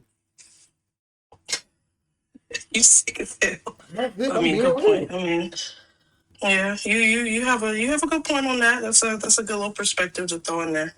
Another question that I did have as well was regarding the same dude. Normally, I do not speak about my dating relationship things to my family. Good. They're African, but I was raised here, so they kind of have a closed-minded perspective and just very square perspective when it comes to dating. Mm-hmm. He is a security guard, and I'm currently in school for nursing. And they sometimes make a lot of comments about me having to date or dating or being in a relationship or possibly being married to someone who, is in the same financial standpoint as myself. I personally don't agree to that because I feel like for me, emotional stability is important to me as well, a little bit more than financial stability. How do I go about that? What are your thoughts on that? Well, by the way, when I mentioned that part about giving him some, that was a joke. I don't like. I know. It's okay. Okay. I didn't mean like that. Okay, I was around. But as far as the point that you mentioned, that's what parents are supposed to do. They want the best for you. So as far as like him not being financially where he need to be, I mean, how old are you and how old is he? So I'm 31 and he is 34. Oh hell no! I'm thinking you like 22. That nigga a security guard. How much money he make being a security guard? About 25 an hour. I mean, do the nigga work 10, 12-hour shifts? Well, he actually recently just got a second job as well. Okay, yeah, yeah. I mean, it ain't about the money, but I mean, he need to. What does he plan on doing? I mean, he could be a good guy, but what do this man plan on doing? I see why they feel like that. I mean, if y'all was 21, if y'all was in your 20s, I would understand. But at damn near 40, I mean, what the fuck? Yeah, and granted, like I said, I didn't really go into full details with them about it, because I did want to be able to, just kind of see what things are without having a whole bunch of voices in my head. But him and I have been having those conversations as What far does as he like plan on? financial stability. What does he plan on doing? Because security guard is not going to pay the bills. It's not going to be a provider. What is he planning on doing? Absolutely. Absolutely. So we from the conversations we have had, he has mentioned wanting to go into law enforcement. So we kind of had a conversation about that. I was like, okay, do you want to do police officer? He was like, no. I was like, do you want to do border patrol? Like, what is it? Like, what are your goals? Where do you see yourself within, 2 to 3 years? Mind you, he's also saying that he's marriage minded. He wants to, he wants to be married. He wants to have kids. But I feel like I'm not too sure if it's one of those situations where he knows the pathway that he or the industry he wants to be in, but he just doesn't know how to go about it. And me recognizing his good qualities minus his finances, because I know finances can change every day, any day. Yeah. I just want to know, how can I go about that to help him, to push him, to encourage him, to motivate him, Okay. because he is a good guy. Okay. So, are you saying he has no motivation, or are you saying he doesn't know how to go about, putting? That's what I've been trying to dissect and decipher for the last couple of weeks. Like, is this a lack of ambition, or just laziness, or maybe Okay, he just well, doesn't know how to go about it? This is the thing. You can't force a man to do nothing he don't want to do. You can't make a man become like aggressive when it comes to his career and his success. There's much more to a man than his money. You can come across a man that's a doctor that's making $200,000 a year, and he can still treat you like shit. So it doesn't mean just because he got money he's gonna be a good husband. But if you do want to be a husband, if you do want to be married, then you need to have some type of financial backing as a man. So what I'm gonna tell you to do is this: if to gauge that is where a woman comes in is you be a helpmate. You be a helpmate. So if you saying that he wants to get into police or border patrol, whatever that is, you can help him find something that he would like, and then you can help him with the tools to get there. If he don't take those tools, or if he don't take like what you kind of giving him, and maybe it may not be fully accurate, he could kind of do it his own, because he should be doing it on his own. But with that being the case, if he not really locking in and he just kind of cool with just being mediocre, then it's really nothing that you can do. If he gonna be where he Absolutely. at, that's just where he gonna be at. And he gonna stay there. But you can't force him Absolutely. and make him become a man. He gonna have to do this on his own. Right. Okay. I definitely understand what you're saying. So, just to reiterate what you were mentioning, you said, kind of maybe do a little research on some free time, kind of send him off some things and see how he goes about it. Do it with him. With him. Do it with him. Don't do it by yourself. Do it with him. And you figure that out. Based off of that, if you push back, if you don't see him, like, what are some things, when you said do it with him, what are some things that I should be looking at that's like, okay, he doesn't want to, for example, he's not really interested, for me to back off? Like, what are some things that you would recommend? It's a delay. Can you hear me? Yeah, I can hear you. Can you hear me now? Okay, it's a delay. Can you hear me? It's a bad delay. You delay about Hello? like 6 Okay. or 7 Can you hear me? Can you hear me? Yeah, I can. It's delayed, Alex, but I'm gonna tell you what you need to hear. It's delayed like a motherfucker. Well, I'm gonna tell you this. Let's just say I was dealing with a woman and I wanted her to lose weight. I can't force her to have the consistent, mentality to want to stay in shape and eat right. So what I would do is if I wanted her to lose weight, then I would work out with her, or I would give her a nutrition plan or a workout plan. I would help her on a path of telling her what she needs to do. Maybe I would walk her through the motions of like, okay, I work out with her for the first week, and we work out, 3-4 days a week, and then she do it on her own. You know what I'm saying? Like, that's something that I would do because it's just my woman and I care about it. You know what I'm saying? So the same logic should apply with you. So as a woman, it's your job to be a helpmate. But it don't even got nothing to do with man and woman. This is the person that you want to be with, so you should be willing to help them because you want to see them be better. But just the difference is they gotta want to see themselves be better. So regardless if it was a man or a woman, if I was dealing with a woman and she wanted to be whatever, I'm not gonna walk you through this process the whole way. I can help you, but I'm not about to be the one that's giving you the full boost and pushing you more than you pushing yourself. So that will be the way you go about it. That's the way. I don't know nothing about getting into security guard and border patrol. I don't know nothing about that. He probably would know more than you. But if it's something that he kind of thinking about, but he ain't really going for it, then that's when you can come in and say, okay, what about this? And do it with him. And if he not willing to take what you giving him and helping him and trying to push it and do it in his own right, then you can't work with a man like that. So that's what I would say. That's what I say.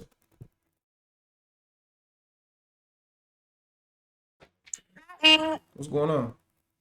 thank you so much for putting me on game because I don't know. I want to say it was like a few months back. I had asked you for some advice regarding a homeboy of mine, or like you said, don't say homeboy, a friend of mine's that I had been cool with for like over 10 years. And me and him have both like been through like a lot of transitions in life.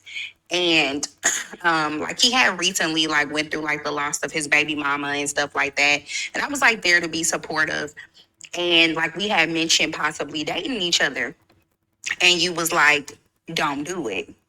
And I'm just so grateful that you gave me the game because we eventually had a conversation, and he was like, yeah, like the timing wasn't right, but the timing's right now. And basically I'm quiet. You know, it's best to listen and really hear what a person is saying. So he just talking. I want to say he was on the phone for like 4 hours.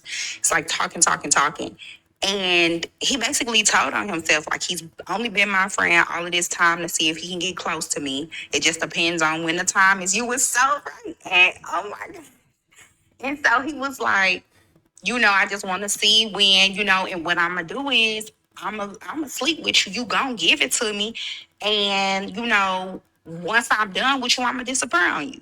And it was like, well, damn, like, what type of females, because I'm from St. Louis, Missouri. So it's like, what type of females you dealing with out there that'll let you talk to them crazy like that?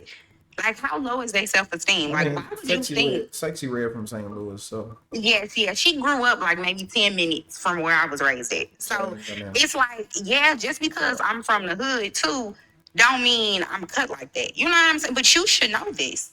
But like to feel like it's okay for you to talk to me like that, knowing that I got older brothers, and they told me if a dude don't step behind you like we step, why would you give him the time of the day? You know what I'm saying? well, did he tell you So the truth, or was he disrespectful? Because the truth ain't disrespectful. If he told you the truth, that would have been the most respectful thing he could do.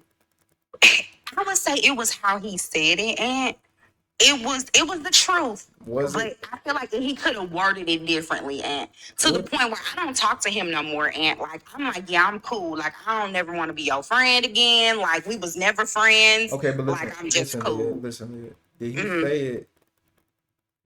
Are you saying that because you just didn't like that he said it, or was he saying it in a way that be demeaning? Because if he say, "Look, I'm gonna be honest with you, I was just trying to hit. I was gonna hit it and go ahead and push you to the side. I ain't gonna lie to you." That's not disrespectful. That's honesty. And because a lot of times women take stuff personally, we may take that as disrespect when in actuality he was telling you the truth. And it's cool because it's like it's fine that you don't choose me to be your main Hold on, lady. Leah. I'm asking you. Yes. Did he say it like that, or did he tell you in a disrespectful manner to hurt your feelings? Because if he said it Okay, like so that, that's not disrespectful. That's the truth. So he was like, so this is how he was. He was like, so what I'm gonna do is, cause you know I'm a dog ass nigga, what I'm gonna do is I'm gonna crack you and you gonna give it to me.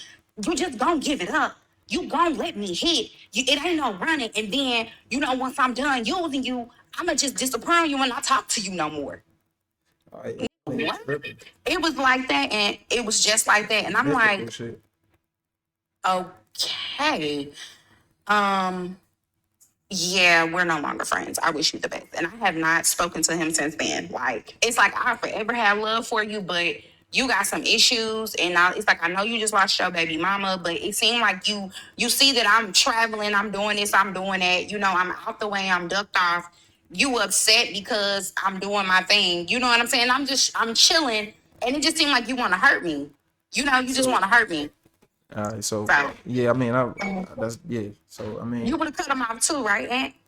I'm not a homosexual, so I wouldn't be the one to ask. Well, I mean, as advice, like as my big brother, you will be like, okay, don't talk to him no more, right? Yeah, that's what I told you. Because that's what you told me. Yeah, you told me. Like, cut him off. But yeah, I just want to say thank you. And Montez told me too. Like, y'all both was on here. And y'all was like, it's a no-go, leave it alone. And y'all was right. Because he eventually revealed how he truly felt about me the whole time. And it was just like that. Just mad disrespectful. That's how all male friends feel. You was I remember the conversation slightly, but all male friends feel like that. They just too scared to say it, and women give too much grace because y'all don't like to accept the truth.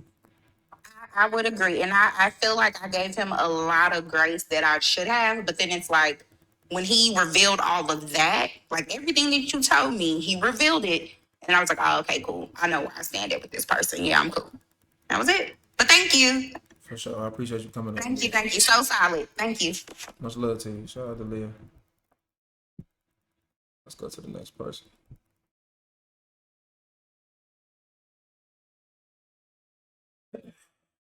Drop down. What's going on, Zion? Yo, what's going on? What's going on? What's going on? So, okay, look, I had two questions. All right. So right now I'm 26, and I was in about a 3-year relationship I got into right after I turned 24. Right.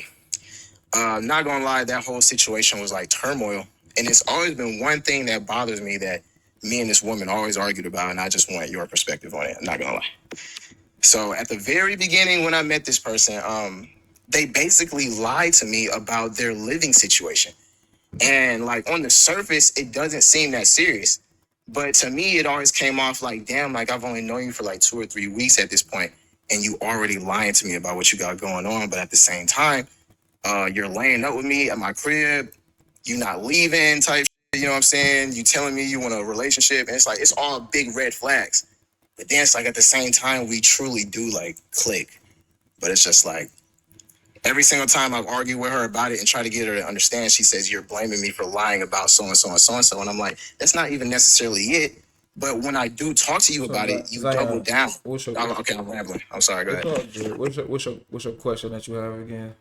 I'm trying to figure out, like, am I wrong for taking that to heart? Am I wrong for seeing that as a red flag? Like, you lied to me at the very beginning and basically trying to explain it away and justify it. Am I wrong for seeing that as a red flag? Nah, any person that lie to you, you know, especially up front, is they setting a negative foundation. So the foundation is going to be rocky, and you know, that's what people do. When people lie to you up front and you find out that they lied to you, they're gonna use you as the issue when you find out that they lied and when you bring it back up. This is a manipulation tactic. They manipulated you from the jump. So I mean, yeah, she lied to you, and I don't blame you for feeling no way. A couple years. My next question, I wanted to actually get clarification on what the British dude was asking you about how you view marriage, because somebody in the comments told me that you're 28 and I'm 26. We're kind of close in age, so I'm just trying to see. Like, how do you view what you said? You viewed it in a non-traditional way. Like, what exactly do you mean? No, I meant to know. Actually, let me take that back. I view it in the traditional way. I don't believe in signing your relationship to the government or the state. Marriage is about you, the person that you're with, and God. It's a religious matrimony. It's a covenant between that. It ain't got nothing to do with the state. So, okay, so no white man paperwork. Okay. It got nothing to do with the white man. It's really just, I mean, well, that's just a joke. I ain't serious. I know what you mean. I know what you mean. But yeah, I think it's a scam. Paperwork marriage is a scam. I think it's some sucky shit that the average modern male has been indoctrinated to believe that's the way to go about it, but that's not the foundation of marriage. All right, that's really all I had, because I could really talk more about that relationship, but I've been out of that for a couple months now, so it's just like I just be reflecting at this point and just be thinking, how did I let it last so long and let her keep coming back? And I guess she just let me keep coming back, and it just seems like turmoil at the most. But I appreciate your perspective, for real. For sure, appreciate you coming up, fam. Yeah. What's up, man? How you doing, brother? What's going on, fam? Listen to you. Hey, not a whole lot. Just want to stop in and give you your flowers and show some respect to what you're doing and putting yourself out there doing what you do. You're doing some good work. But I also wanted to kind of touch base on what you just said to that young gentleman about paperwork marriage and just kind of give an idea. You can set your own marriage up. Most states do. You can do a cohabitation agreement. You can give her a ring, go all through all that stuff. She can change her last name, and y'all set the rules that y'all want to under your domain. You do not have to get a state-sponsored marriage. You can get your legal documents drawn up of what you're going to do if y'all separate and do it on your own. People do it all the time. So that's a good way to approach this, and it's in most states. It's called a cohabitation agreement or something similar. And do it on your own terms. So in the event you want to leave, Y'all already know what y'all gonna do when you separate, and you don't have to pay thousands of dollars to get the state involved and have them tell you what you should do. But that's all I really wanted to say. Hey man, I appreciate you, family. Thank you for coming up No and giving us problem. that. What Yep. y'all just heard that man say right there, that's called wisdom. That's called being a motherfucking OG. That's an elder. I'm saying he old, but I'm saying like that's an elder right there. That's the reason why the older generation of men like that is so fucking important, because they drop gems like that that most of us never even heard of. I've heard of that before, but I didn't really do deep detail. But to add on top of what he just said, also people talk about, well, like, what about if you go to the hospital? That's what, you know, you can set things up in your will. You could set stuff up with a hospital to where this person is gonna have the first, you know, they're gonna have the rights if something wants to happen to you. You know what I'm saying? You can set this all up without actively assigning yourself to the state. You know what I'm saying? So he's 100% right. You know, that's an OG right there, man. Much love to him. Appreciate that.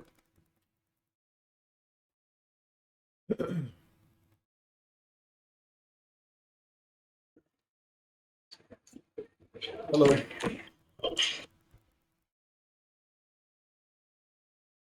Least going once, going twice, going 3 times sold. Which is coming up. Bring up Max. Same Max on him before. What's going on, Max? Maximilian. Max going once. Can you hear me? There we go. We can hear you now. All right. I think we talked probably like a week ago, bro. How you been? Chilling, man. Doing my 1-2 on here like usual. Hell yeah. So the reason I came up here was I wanted some advice on dating. But I'm gonna be completely honest with you, bro, about the situation that I was in beforehand. So about 2 years ago, I cheated on my girl because it wasn't necessarily the illusion of options, but I actually did have options. And back then, I feel like I was kind of childish. You feel me? I wasn't honest. I wasn't telling her nothing. And we broke up.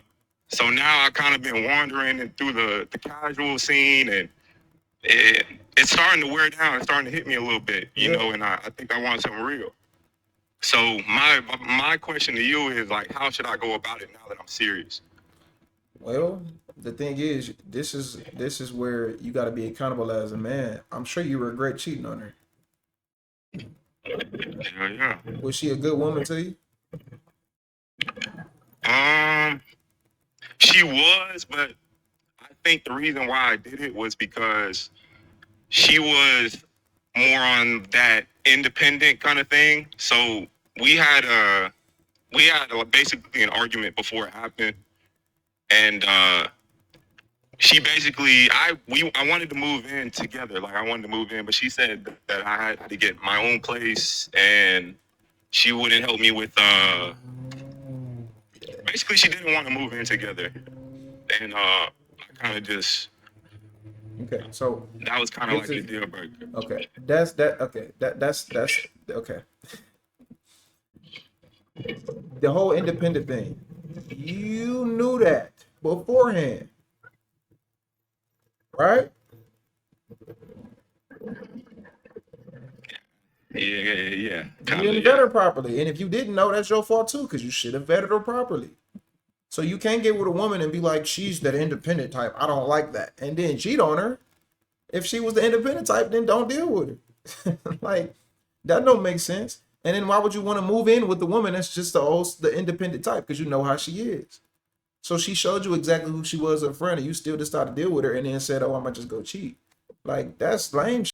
So now you in a situation now where, you know, whether you wanted to be with that woman long term or not, whether you want to be with that woman long term or not, I mean, clearly, I guess she was good enough to for you to be with her. But moving forward, I mean, a lot of what you're gonna deal with now, bro, is based on what you can leverage. It's based on what you can leverage. You know, I mean, I don't know if you're gonna have that many options, and we talking about options of women that you want to be with. Sleep with women, do that. That ain't hard to do. It ain't hard to sleep with women when you a man that get women. But what is hard to do for men is to find a woman that's gonna get on your program. So if she wasn't on your program because she was an independent woman, so you can't be an independent woman and be on a man's program. Those things that don't work. So you've really never had, I don't know what your history is, but in the recent times, you haven't had a woman get on your program. So that's a more direct reflection on yourself. You know, so what you really got to do is you got to ask yourself, do I even have a valid program for women to get on? And what about me is going to make me a better man to where I have more discernment on the women that I'm dealing with, where I can make sure that I don't deal with women that I don't like, and where I ain't got to cheat. Because I say all the time, I tell you all the time, I think some of the weakest shit you can do is cheat on a woman. Who is she to cheat on? Yeah. Like, sneaking around for a woman for what? Hey, look, baby, I got to fuck these. You let her know what's going on. That's what a real nigga gonna do, you know? So for me, it's like, you know, you really got to take a look at yourself, bro, and figure out what about you is got you to the point now where you like, damn, I just been out here just hitting hoes. I know, because I know that's probably what you've been doing. You've been having your little fun, doing your little 1-2, but you really looking for that companionship. You looking for that woman that's gonna be your lady. But I mean, I'll tell you this: going around and hitting the hoes is not gonna be the thing that's gonna get you that lady. I'll tell you that. Yeah, You and you're right about that. You're right about that, bro. And one of the things that I did take accountability, I even went to, you know, I started going to church and started getting deeper in my faith, which is what led me to like understanding what I needed and what I was looking for. Yeah. So, you know, by that, so all those things can come together. Now you just got to upgrade, but you got to be willing to do it consistently. And I'm telling you, man, them hoes is not it. They not it. I ain't gonna lie. I'm glad I got it out of my system when I was young. It's not it. It's never worth it. It's never worth it. It's never worth it. So moving forward, bro, do what you need to do. You said you've been going to church. You taking accountability, and shout out to you for doing that. You a man, so that should be. It's normal for you to do that. But you got to stay consistent with that mentality, bro. You got to stay consistent. The same mentality you got now got to happen now that you single and when you got your lady. 2-3 years from now, however long it's gonna go. So, but you got time. How old are you? 25, bro. Oh, nigga, you got plenty of time. You got plenty of time, my nigga. Plenty. You ain't in your prime until another 10 years anyway, man. You got plenty of time. I did have one more question for you, big dog. What's going on? So my direction, right? So back then, I remember I was, you know, they talk about it all the time. You know, the warehouse, you know, the Amazon. That's where it happened at. But now I'm actually turned. Yeah, I know, gang. I was going crazy in that motherfucker, and but my direction is different now. So I was actually going to the military. I was actually going to go Coast Guard. So I wanted a better. I don't know. I guess I just wanted more for myself. You feel me? So I just wanted to lay a foundation that would put me in a better position. So that way, if I did want something serious, you know, I would have some type of foundation. So what you saying? Basically, is what's more important, like right now, or trying to construct the future? Like trying to find a girl or just wait until I'm actually settled down in the position that I want to be in. Well, you 25, so of course the future. For sure. Definitely the future. All right. Well, I appreciate you, man. Of course. For sure. Appreciate you coming up. All right. Now let me address this comment. This is coming from a dude with Scarface on his wall. Pay attention, people. A clear reflection of Ein. I don't know what that means. Let me invite you up. Let's see if you can logically dictate that point you just made. If you can logically explain it, you got to make that make sense. I have a poster on my wall because this is my office. So I have posters on my wall because this is an office that I work in. Somehow having a poster on your wall of my favorite movie, somehow I guess that means that something I'm doing is wrong. So I sent you an invite. Let's see if you come up.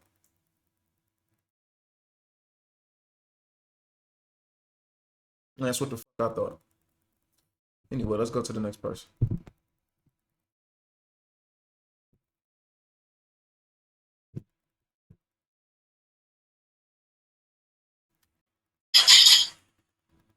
Hey, blessings. How you doing, Ant? Likewise, man. I'm doing good. That's good. Appreciate it. I don't know if you remember me from last week, from the YouTube live and everything. I don't think so. I be talking to someone. You echoing I know. real bad. It's all good. You got me on speaker or something? You said, do I need what? You got me on a speaker? Oh, it's my microphone. I'm sorry. It's my microphone. It's echoing bad. Okay, let me take it. Yeah, it's echoing. All right, is it better now? It's a little better. Yeah, it's better. I don't hear it. I don't hear it. You good. Okay. All right, let me cut my fan off. So yeah, so I talked to you last week. So it's this girl that or this woman I've been dealing with. I've been dealing with her for like over 3 years now. And to be honest with you, I haven't seen any red flags that I know of. Oh, I remember talking to you. I remember talking to you, Yeah. And my thing is, I hate to say one of those things was too good to be true, but am I overthinking it? Or because I do want to get serious with her, I did tell her, like, hey, you know, I'm gonna be out here doing my own thing. I told her up front, I'm gonna be seeing other women. She says cool with that as long as responsible. And yeah, it's just, but I do want to just be with her and be with her only at this point. But it's just one of those things where it's too good to be true. It's like, I don't want to get with her, and then all of a sudden, like, that's when shit hit the fan. Excuse me. Well, I mean, it's been 3 damn years. So trust me, family. If you was gonna figure out she was just this terrible woman, you would have been able to figure it out in 3 years. And if you don't figure it out within 3 years, you have to blame yourself for not vetting properly. That ain't got nothing to do with that woman. You're the man. You're the leader. You make the decision, not her. She can only be with the man that want to be with her. So if you've been dealing with this woman for 3 years and you still questioning if she's a good woman or not, it don't take 3 years. Man, I be knowing before I even talk to a broad what her mentality is. And once dealing with her, let's say if she passed that scale, I deal with a woman for a couple of days, maybe a week or two. I already know exactly what I'm dealing with. So 3 years, again, at that point, if you haven't seen any real big issues or no things that you feel like you can't deal with, then you lock in with her. And again, if after that fact, if something pop up, you can only blame yourself for not vetting properly. That's simple. Yeah, and I will say that it has been like, because I will take accountability for me that the main reason I'm dragging my feet is because of past issues. Like I say, I'm 40 years old. With her or with other women? With other women, nah, she been on point. Them other women ain't got nothing to do with this woman. I know. Nothing. I know. So if that's the case, you don't need to be dating. So it's like at the age that you are, and you know, I don't mean to be disrespectful, but at the age that you are, you know, you should know better. Them other women ain't got nothing to do with the woman that you got now. You got with her for a reason because she's probably different than the other women, and you've been seeing this difference for a 3 years time span. You know, so with that being the case, this woman been showing you exactly who she is, man. Lock in with her and give her until she give you a reason not to. Now, just because you deal with a woman, that don't mean she's gonna be perfect. She's gonna make mistakes. She gonna do something that's, you know, wrong or something that you don't like or something that's gonna make you mad. But as long as it's not something that's a deal breaker, like talking to another guy or lying or cheating or something like that, or embarrassing you or disrespecting you, outside of that, man, lock in with her. Lock in with this woman. She ain't giving you no reason to think otherwise. Lock in with her. You've had plenty of time to vet this woman. Lock in with her and treat her right, because for 3 years she's been doing right by you. You need to do right by her. Treat her right. Keep her around, and until she give you a reason to not be with her, be with her. Yeah, I mean, and I'm not wasting her time because I told her up front it is what it is. So if you told her up front the truth, then that's not a time waste. You told her what's going on. So that's yeah. And she's still been locking in with me. She's still been like a major helpmate. She definitely been adding value to my life. Yeah. So it's just that I've been keeping my options open way too long, and I'm just like ready to just drop these other girls. I mean, if I was you, that's something that I would do. I would have been did it though. Because I know how to see I know how to see this way earlier. But I mean, you may have had a different experience than me, so I get it. But you got to heal from that. This new woman ain't got nothing to do with the old woman. Nothing to do with it. Okay, and I don't know if you want to know her background or anything, or any of that matters. But if not, then I'll still take your advice though. I mean, you kind of. I think you told me the time, but if you want to be quick, sure. Well, yeah. I mean, she been married before. She do have 3 kids. She got how many kids? She got 3, but they're all been by her ex-husband. Yeah. She was married for 8 years, all by her ex-husband. So I see why you think it's too good to be I mean, true. I see why. I'm thinking she was okay. I get it now. Okay. Yeah. She 36, and I didn't dealt with women that have no kids, and it's like I try to outweigh my pros and cons, and I usually don't go for women that have kids. How But many? she was married. How many kids you got? I have none. Oh boy.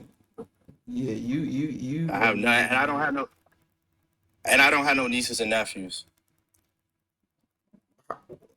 How old are you? You said you 40? Yeah, I'm 40. Oh, brother, no, no, no. 3 kids? Oh man. Yeah, I mean, they all with the same guy. Plus, she was married. If that wasn't the case, I wouldn't have even dealt But with see, her. this is Deal where with my her. issue is coming now though. It's been this long. You should have done this so you kind of are wasting her time. I mean, I guess you told her up front, but Yeah. at that point, you wasting your own time. Somebody time getting wasted, whether it's her, whether it's you. Somebody time getting wasted. You should have just let her go. It's 3 kids. Oh hell no. Divorcee? Hell no. I mean, me personally, I don't have no problem with it because, like I said, she been adding value to my life. She's definitely been a helpmate. She's supposed to. She got 3 damn kids. She better be doing something. And I mean, and I mean, like she helped me with my business. She cooked me food. Like she made sure that I'm good. Like she does all the other things for me. You get what I'm saying? Well, let me say and this. It's like I'm gonna say this. I don't mean to cut you off. I'm gonna say this though. Go ahead. It don't seem like you got that many other options. And I'm not talking about women you sleeping with. I'm talking about women that you male options, because we can have sex with a woman that we don't like. We're not speaking about that. Our only options are the women that we like too, that we want to be with. Women that you sleeping around with, you may be an option as far as she may want to be with you, but if you don't want to be with her, then it doesn't matter. We talking about the women that you like and the women that want to get on your program. It don't seem like you have too many women options as far as women that want to be with you and you want to be with them back.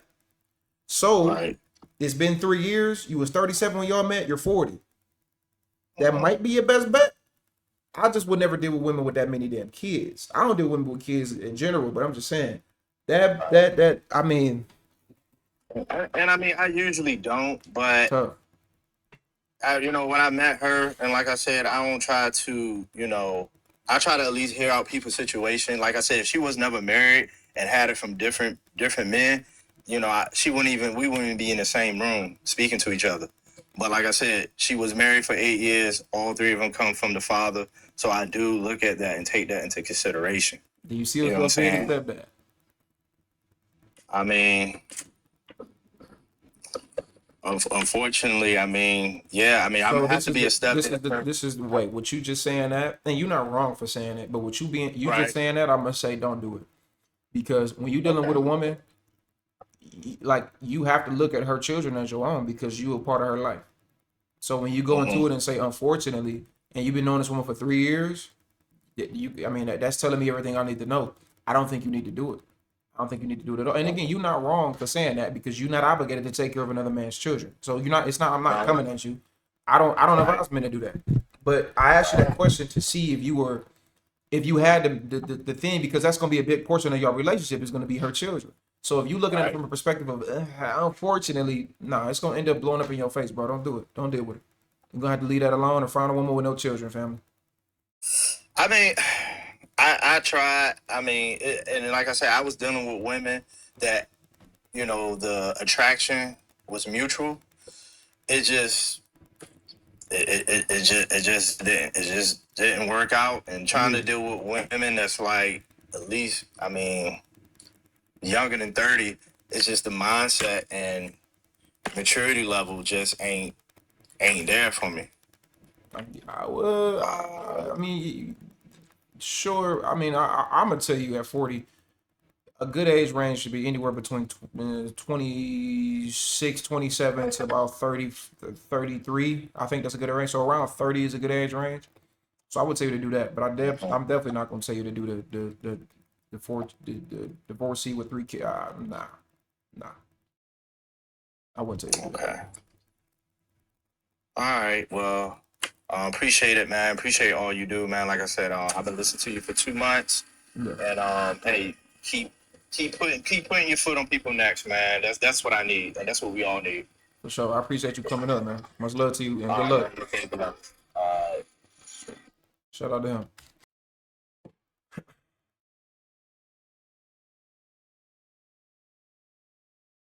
What's going on? Mira going once, going twice. I'm so sorry. I did this on accident. Okay, it's all good.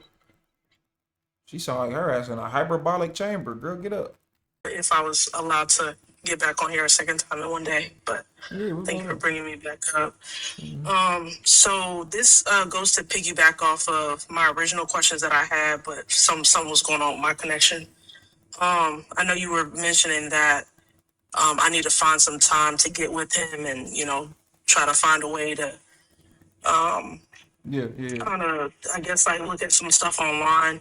Would you have a conversation? Should I have a conversation with him about it prior, or just see how he moves as far as coming together, kind of seeing, how we can go about finding something a little better for him? Should I have that conversation, or no, that's too much? There's nothing wrong with it. Have a conversation. What's wrong with that? Ain't nothing wrong with that at all. Having a conversation as far as what you the lack about of ambition a little bit, not about concerns. that. Not about that. Just have a conversation as far as how to get him to, as far as what he wants to do, and then once you do that, then you can go figure that out, or you can look up some things where you can help him, and then go from there. You ain't got to You saying we should do it together though? Yeah, y'all should do it together. You ain't got to chastise him first. Go do it together. He's gonna do it on his own. Gotcha. And second thing, if I notice that, the way, just what are some key things that I should be looking for when we do it together, just to kind of get that guidance? I mean, if he's open to the conversation, if he's open to it, if he want to look at it, if he want to, if that's what he see in his foreseeable future as far as, changing his life, getting him some more money, getting him some more access to capital and things like that. Just see if he open and receptive to it.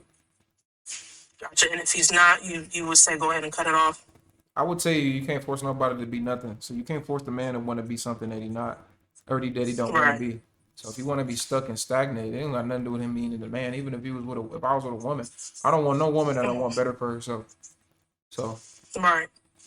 Yeah, I wouldn't have. Right. No, you got a good point on that, because like I said, he's a great guy. We've been dating for a little bit. Great guy.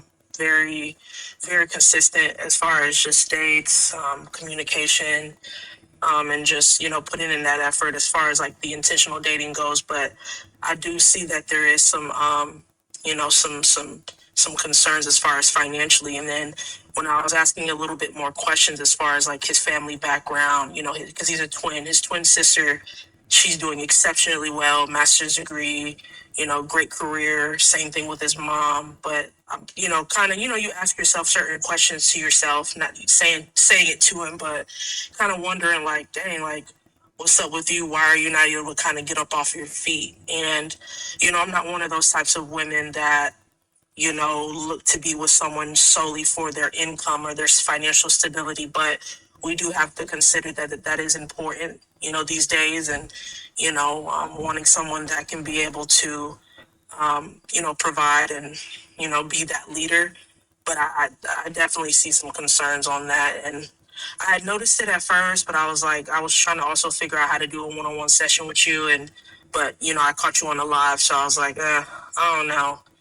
I don't really know about him as far as that, but I'll try what you said and kind of see where it goes. Like, for example, just not to take up too much of your time, but he called me just now getting off work, and he's like, oh, mind you, I'm like in the middle of nursing school and whatnot, and he's like, oh, do you want to watch a movie tonight? And in my mind, I'm like, you complain about your job every day, and you speak about how you want to make more money, but then I'm not saying we can't go home and chill after a shift. Alex, respectfully, this is turning into a venting session. I think I kind of told you what it is. We kind of going into a thing that ain't got nothing to do with this right now. You're just going into a venting session, and it's turning into a therapy rather than just like you got your answer, you got to go implement it now. Because everything else is just, I was waiting for you to maybe ask another question. Now you're just venting about your personal feelings towards situations that ain't got nothing to do with it, respectfully. My bad. So just peep how he moves as far as that, and if going about my business. But I'll book a one-on-one session with you as well. Okay. How do I get to that, actually? You gotta hit the link in the bio and download the app. It's called Minnect. You hit the link in my bio. The link will take you to the online website. You can download the app. It'll take you from the website to the app store, and then you can book a session. You can't book a session on the website. You have to have the app downloaded on your phone. But it's called Minnect. You'll see it as a link in my bio. Okay, sounds good. Thank you for your advice, though. All right. Appreciate it. I appreciate you coming up. What's good, man? And, I just wanted to ask you something about a quote I heard. I know this isn't like it's about love, but it's like it's not really dating advice. And this will be my last time coming up in live asking you something like this. But just want to tell you what Is it advice though? If it's like, is it relationship questions or advice, or is it? It's not. It's just I wanted your take on this, and this will be my last time coming up to you. No, it ain't like you can't come up, but I want to keep it on topic. Is the thing. I want to take it off the topic. That's all. I just wanted to ask you something though. This will be my last time. All right, go ahead. Go ahead. You know, it's a quote that I heard. It says, "Chase everything you want in this life, except for love and death, because it will find you when the time is ready." That shit just stuck to me, man. And the reason is because I found myself where I was trying to find love for women, you know, and I knew I wasn't deserving of it. And I'm realizing this now, and I'm pretty much loving myself over anyone else. And I'm supposed to, find love within me, not everyone else. And I'm realizing this now because, love comes when you're respected. Love comes when you deserve love, and I'm also realizing not to seek love from other people because you will find it when you're powerful enough and when you actually deserve love. And What's the problem with your statement? Don't nobody deserve love. Don't nobody deserve love. You don't deserve love unless you are respected and you'll deserve it later on in life. Listen, bro. Love is a feeling. Love come and go. Ain't nobody gonna love your ass but your fucking mama. Your father not gonna love you. A woman ain't gonna love you. That's not how reality works. The only one that's gonna love you in this life unconditionally, and shit, some mamas don't even do that, is your mama, because you came out of her. That's the truth of the matter of this life. All that shit sound good, but that's that women shit. They think about love like love is just a thing that's gonna come in life. Is just, this shit ain't no fairy tale, my nigga. The only motherfucker that's gonna love you is your mama. She gonna love you regardless, and maybe your grandmama. Outside of that, these women ain't gonna love you. Your friends ain't gonna love you. I don't love you. It's not how reality works, and I don't expect nobody to love me. The only person that's gonna love you, no matter what you do, is gonna be more than likely your mama, and that's it, bro. That's it. It don't work like that. It's gonna be your mama. That's it. Women only gonna love you. Women only gonna love you if you can do something for them. Because as soon as you stop doing something for them, they ain't gonna love you no more. Yeah, and what I just wanted to say was, to everybody out there is, love yourself and obsess over yourself right now until you become that person that is meant for deserving and love. That's all I wanted to say. Well, I appreciate you coming up, fam. Appreciate it, man. Have a nice day. Likewise.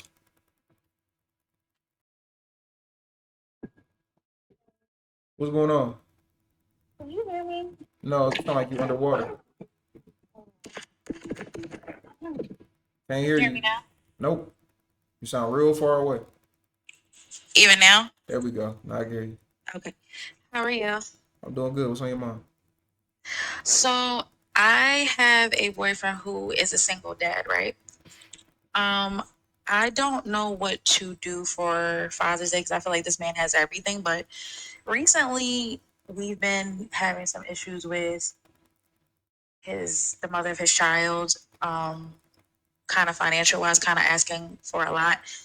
But I'm trying to I'm kind of his piece with that because I'm like, I don't want to be, I guess you could say, stressed or whatever, but I don't know what to do for him on Father's Day. Because I feel like he has everything already. Is your question about the Father's Day, or is your question about the baby mom? Because those two different points that you're making. Well, for her, I know where she stands and I know where that is because he mainly takes care of everything with her. But I want to know what to do for him. So again, is your question, so I'm just confused. If you're asking stuff about what to do for your man for Father's Day, that's cool. I can answer that. But I'm trying to figure out where's the correlation to the baby mama? Where's her correlation to you getting your man something for Father's Day? No, it's not that. It's just that he's been really stressed out about her. That's what I'm saying. Okay, but I'm saying, what does that have to do with you getting your man something for Father's Day? Because those things don't correlate. If you come to her saying, hey, look, Aunt, I don't know what to buy my man. It's hard to find stuff for him. Because usually a lot of women don't know what to buy men for birthdays and holidays and things like that, and I get it. So is that your question? Yeah, that's my question. Okay. So, yeah, I would say, I mean, go on a trip. But depending on what your budget is, go on a trip. Set a trip up. Pay for it. Pay for a trip. Pay for the majority of a trip, or maybe you should pay for the whole trip if it's just for him. If it's fully for him, depending on what your budget is. A firearm is always a good thing to buy, man. Ain't no man gonna turn down a firearm. You know what I'm saying? I ain't gonna say the G word because we on TikTok. You know they real sensitive. But yeah, get him a firearm. Yeah. I would say, you know, we ain't gonna never turn down on plain white tees. Some plain white tees, some drawers, Yeah. some socks. Like that's a great birthday gift. Just white tees, drawers, socks. Get him a firearm. Tickets to a game if he is a sports fan. Get him tickets to the Lakers game or whatever he a fan of. Give him some tickets to a game. Or you know, go with him. Take him to dinner. Make him a nice breakfast. Let's say he stayed at your house the night before his birthday. Make him a real nice big breakfast. Make him lunch and make him dinner. And keep his balls empty. That's your man. Love on him. You know. I mean that's pretty much it. I mean as far as everything else, I mean if he's been your man, you should know what he like.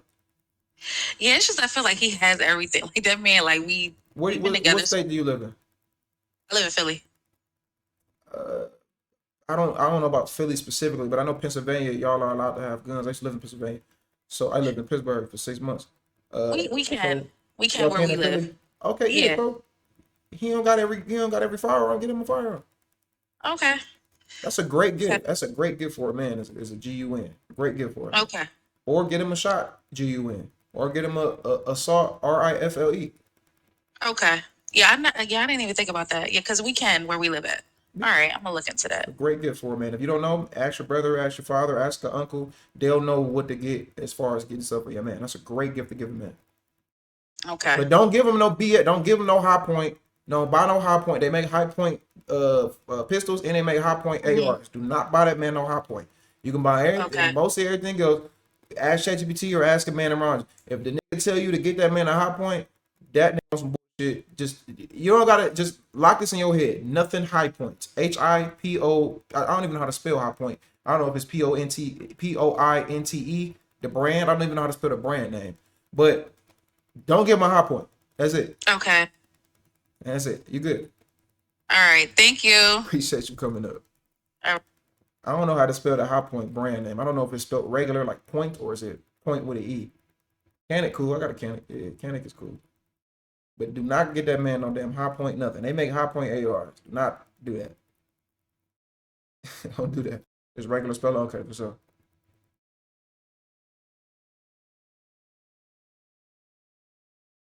What's wrong with a High Point? Boy, oh boy. He said, what's wrong with a High Point?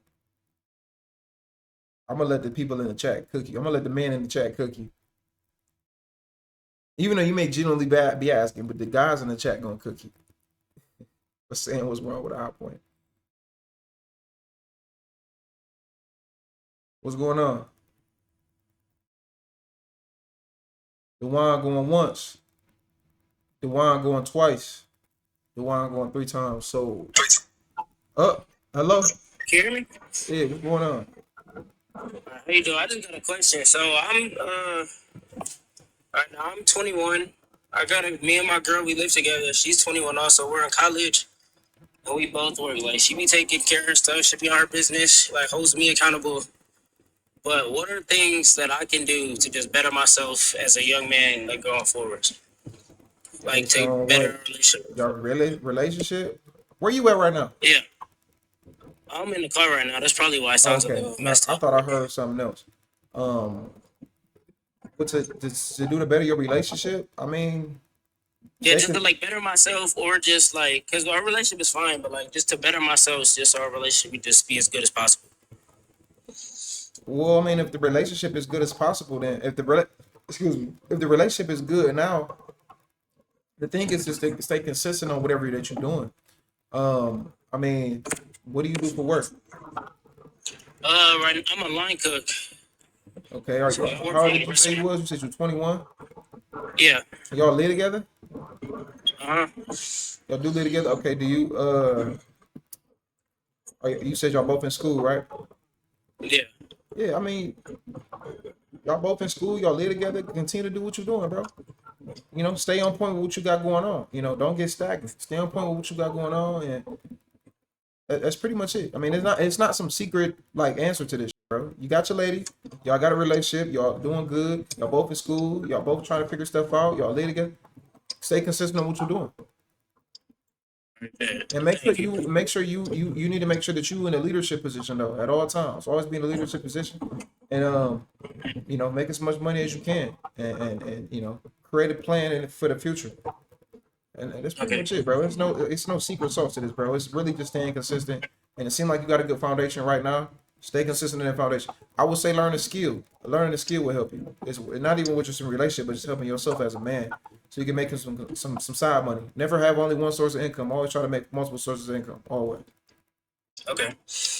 And don't. That's a great one. Somebody just said it. Ebony. Don't have no kid. You ain't got no babies, do you? Y'all ain't got no babies together, right? Hell no. Okay. Don't have no babies until y'all get married. Yeah, for sure. And if y'all get married, don't sign no paperwork. Just don't get signed to the state, and that's it. Okay. All right. I appreciate you coming up, fam. You already on the right path, though. You gotta stay on top of it. Yeah, for sure. You on the right path, fam. You doing what you're supposed to do, and that's good. Hey, Aunt. What's Can going you hear on? me? Yeah.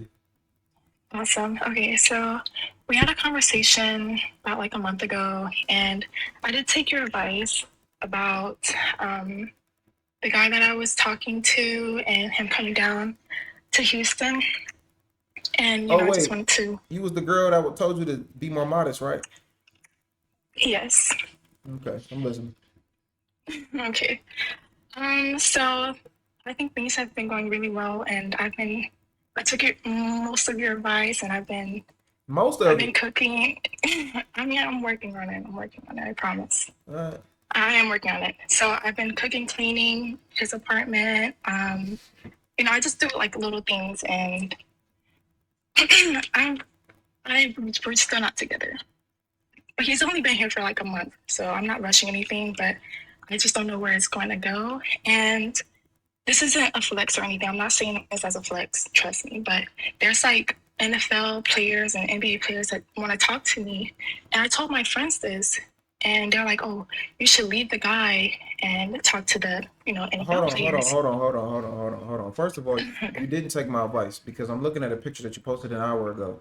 That's not modest, man. That's not modest whatsoever. And you didn't take that's why I was like most of your advice. Yeah, but that you either are modest or you're not modest. You also didn't take my advice to like on this other picture with you at the baseball stadium with the outfit that you got on. That's not how you should dress as a young lady. That's number two, or that's number one. Number two, what do you mean all these NBA players and NFL players want to talk to you? You think they want to take you seriously? No, that's what I'm saying. No, just hold on. Do you think they want to take you seriously? Yes or no? No. Okay. Now the second point I want to make is, how are these NBA players and NFL players having access to you? What do you mean? You said that they want to talk to you and they're shooting their shot at you. How are they shooting your shot? They're shooting their shot at you. In my DMs. Like On where? I'm not out there. And your DMs on where? Oh, Instagram. Okay. So your Instagram probably. It's not a flex. No, what I'm saying is your Instagram is probably putting yourself out there in a different way. I post the same thing, so. But what I'm trying to say is, it's not a flex. But my friends are always saying like, "Oh, you're gonna get played." Where's your Instagram? I don't see no Instagram. It's the same tag, so it's like a doormatty. If you wanna look. Oh damn! I didn't. Can you bleep that out if you post that? No, it's in there. It's in there now. You what you mean? It's 500 people watching you on TikTok, and it's a couple hundred people watching on YouTube. Okay. So yeah, I mean, from looking at listen to me. Mm. Ain't no nigga gonna take you seriously unless you clean up what you got going on. You're not a woman that should be taken seriously. Let me tell you why. Because you don't have a good female friend group around you. Because a good female friend group is not gonna tell you to just jump from dick to dick. So your friends don't give a fuck about you. So you probably put yourself around other women who are whores, and I can guarantee you that if you sent me their Instagrams right now and I went to their pages is going to be worse. They're probably hoes. They're probably half naked. They're probably hypersexual. That's the second point. Another point I want to make is you can't expect to be taken seriously because you don't present yourself respectful in the first place. So no matter how much you cook, clean, be nice, do all this lovey-dovey shit, nobody's gonna take you seriously. You're gonna get used, and you're gonna be given sex, and that's it. You're gonna get shipped off to the side because you don't have any qualifications to be taken seriously. There's more than being cuffed a door than just looking good and cooking and cleaning. You have to get on a man's program. And I'm gonna tell you like this too. If that man is not being territorial about you, he don't care about you, and he's not gonna take you seriously. Okay. So if he don't care about your friend group, he don't care about where you go, he don't care about who you hanging with, he don't care about who you talking to, he don't care about how you dress, he don't care about none of this other stuff, that man is not serious with you. He keeping you around for sexual acts. As a man that give a fuck about you is gonna care about everything that got to do with you. He's not gonna want you going to certain places. He's not gonna want you hanging with certain women or hanging with no men, and he gonna care about all of this stuff. So what it sounds like to me is you getting the ring, you getting what's the word I'm looking for? Well, I can't think of the word. But you basically you going through through a cycle. I guess that's another word I could use. You're gonna go through the cycle because you're not the runaround. That's what I was looking for. Yeah, you're getting the runaround, and you're gonna continue to get the runaround after you go through this, the stage of being young. And how old are you again? I just turned 24. You just turned 24. You in your dating market prime. I know. That's why I want to settle down. Like, I want to settle down. So why don't you act like you want to settle down? You don't want to settle down. You don't want to settle down. No, I'm looking at you. I'm gonna lock in. No, I'm gonna lock in. I'm gonna lock in. I promise. What I'm telling you, you don't want to settle down. I'm gonna be honest with you. I would never take you seriously. Now you can say "F what I'm talking about, but don't even say necessarily me. No. You can say me or any man that you hypothetically want to put in my position would never take you seriously because I'm looking at how you present yourself on the internet. You in your dating market prime. So it's good that you want to settle down, but you don't want to settle down bad enough, because settling down means that you also need to put yourself in a position to be seen as a wife. And let me ask you this genuine question. Do you genuinely believe that you present yourself like a wife? I feel like I do in person. It's a yes or no. It doesn't matter. There is no. That's like saying that's like saying I'm masculine in person, but on Instagram I wear dresses and nails and makeup. Yeah. Okay then. So let me ask you the question again. Do you feel like you present yourself as a wife? Yes or no? No. Do you feel like your friend? No.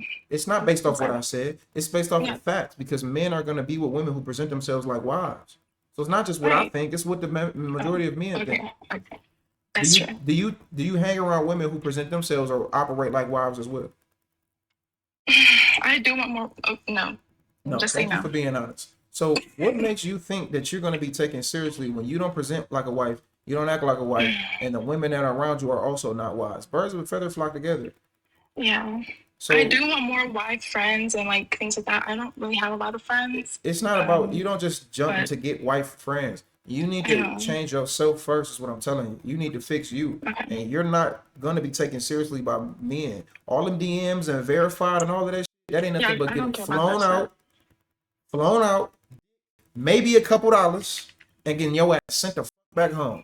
That's all that you're going to get, and you're going to be 26 doing it, 27 doing it, 28 doing it, and you're going to end up being 31, 32, 33, 34, and if you don't have any kids, then you're going to be wondering like, oh, where are all the good men at? And it's not about the good men, it's about the good men don't want to be with a woman like you, because you too focused on being sexualized. You too focused on attention that you get and not retention. So I'm telling you to fix your mentality. That's true. You fix that, you be appreciate that. Okay.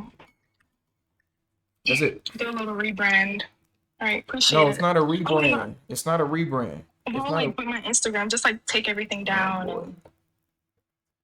Listen to me, like Adore. step one, you know? Adore, you're not listening to me. You're not listening.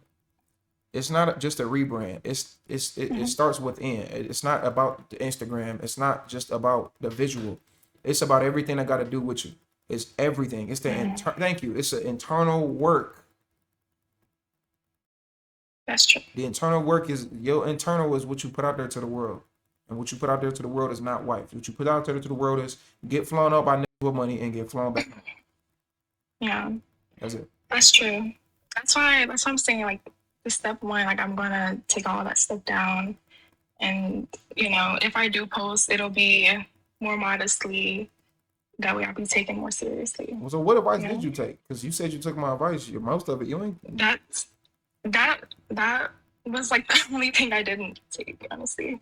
But everything else you told me to like keep them drained, cook clean, basically to sum it up. That's what you Present said. yourself well. Yeah, Yeah, because everything else, like, I've been doing that, so, yeah.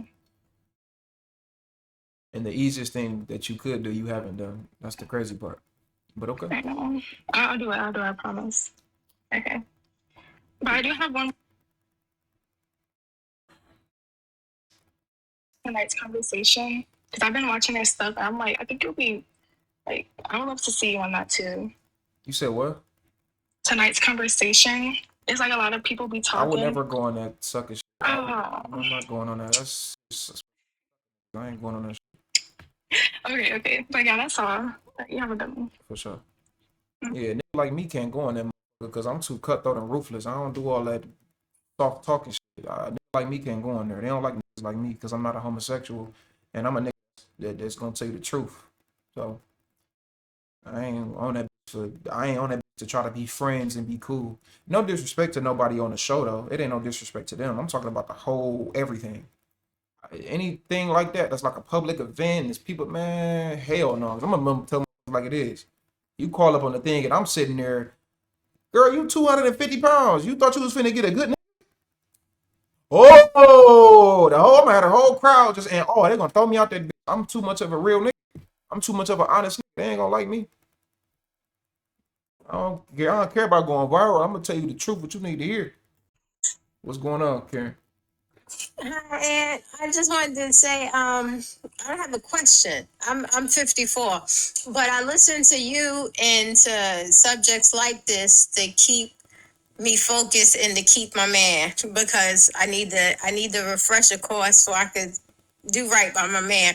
But anyway, I heard you say something I've never heard anyone say before, and I wanted to tell you that I loved it. You said that a man leads because a woman can't defend her position. And you are so right. And I've always known that. That's why I don't argue with men, because I can't defend my position. And I just think you're so brilliant and you're wonderful, and I wish the best for you. And I hope my son finds you. I mean, I send him videos, but he's kind of in college. He might be lost right now. But he'll get it.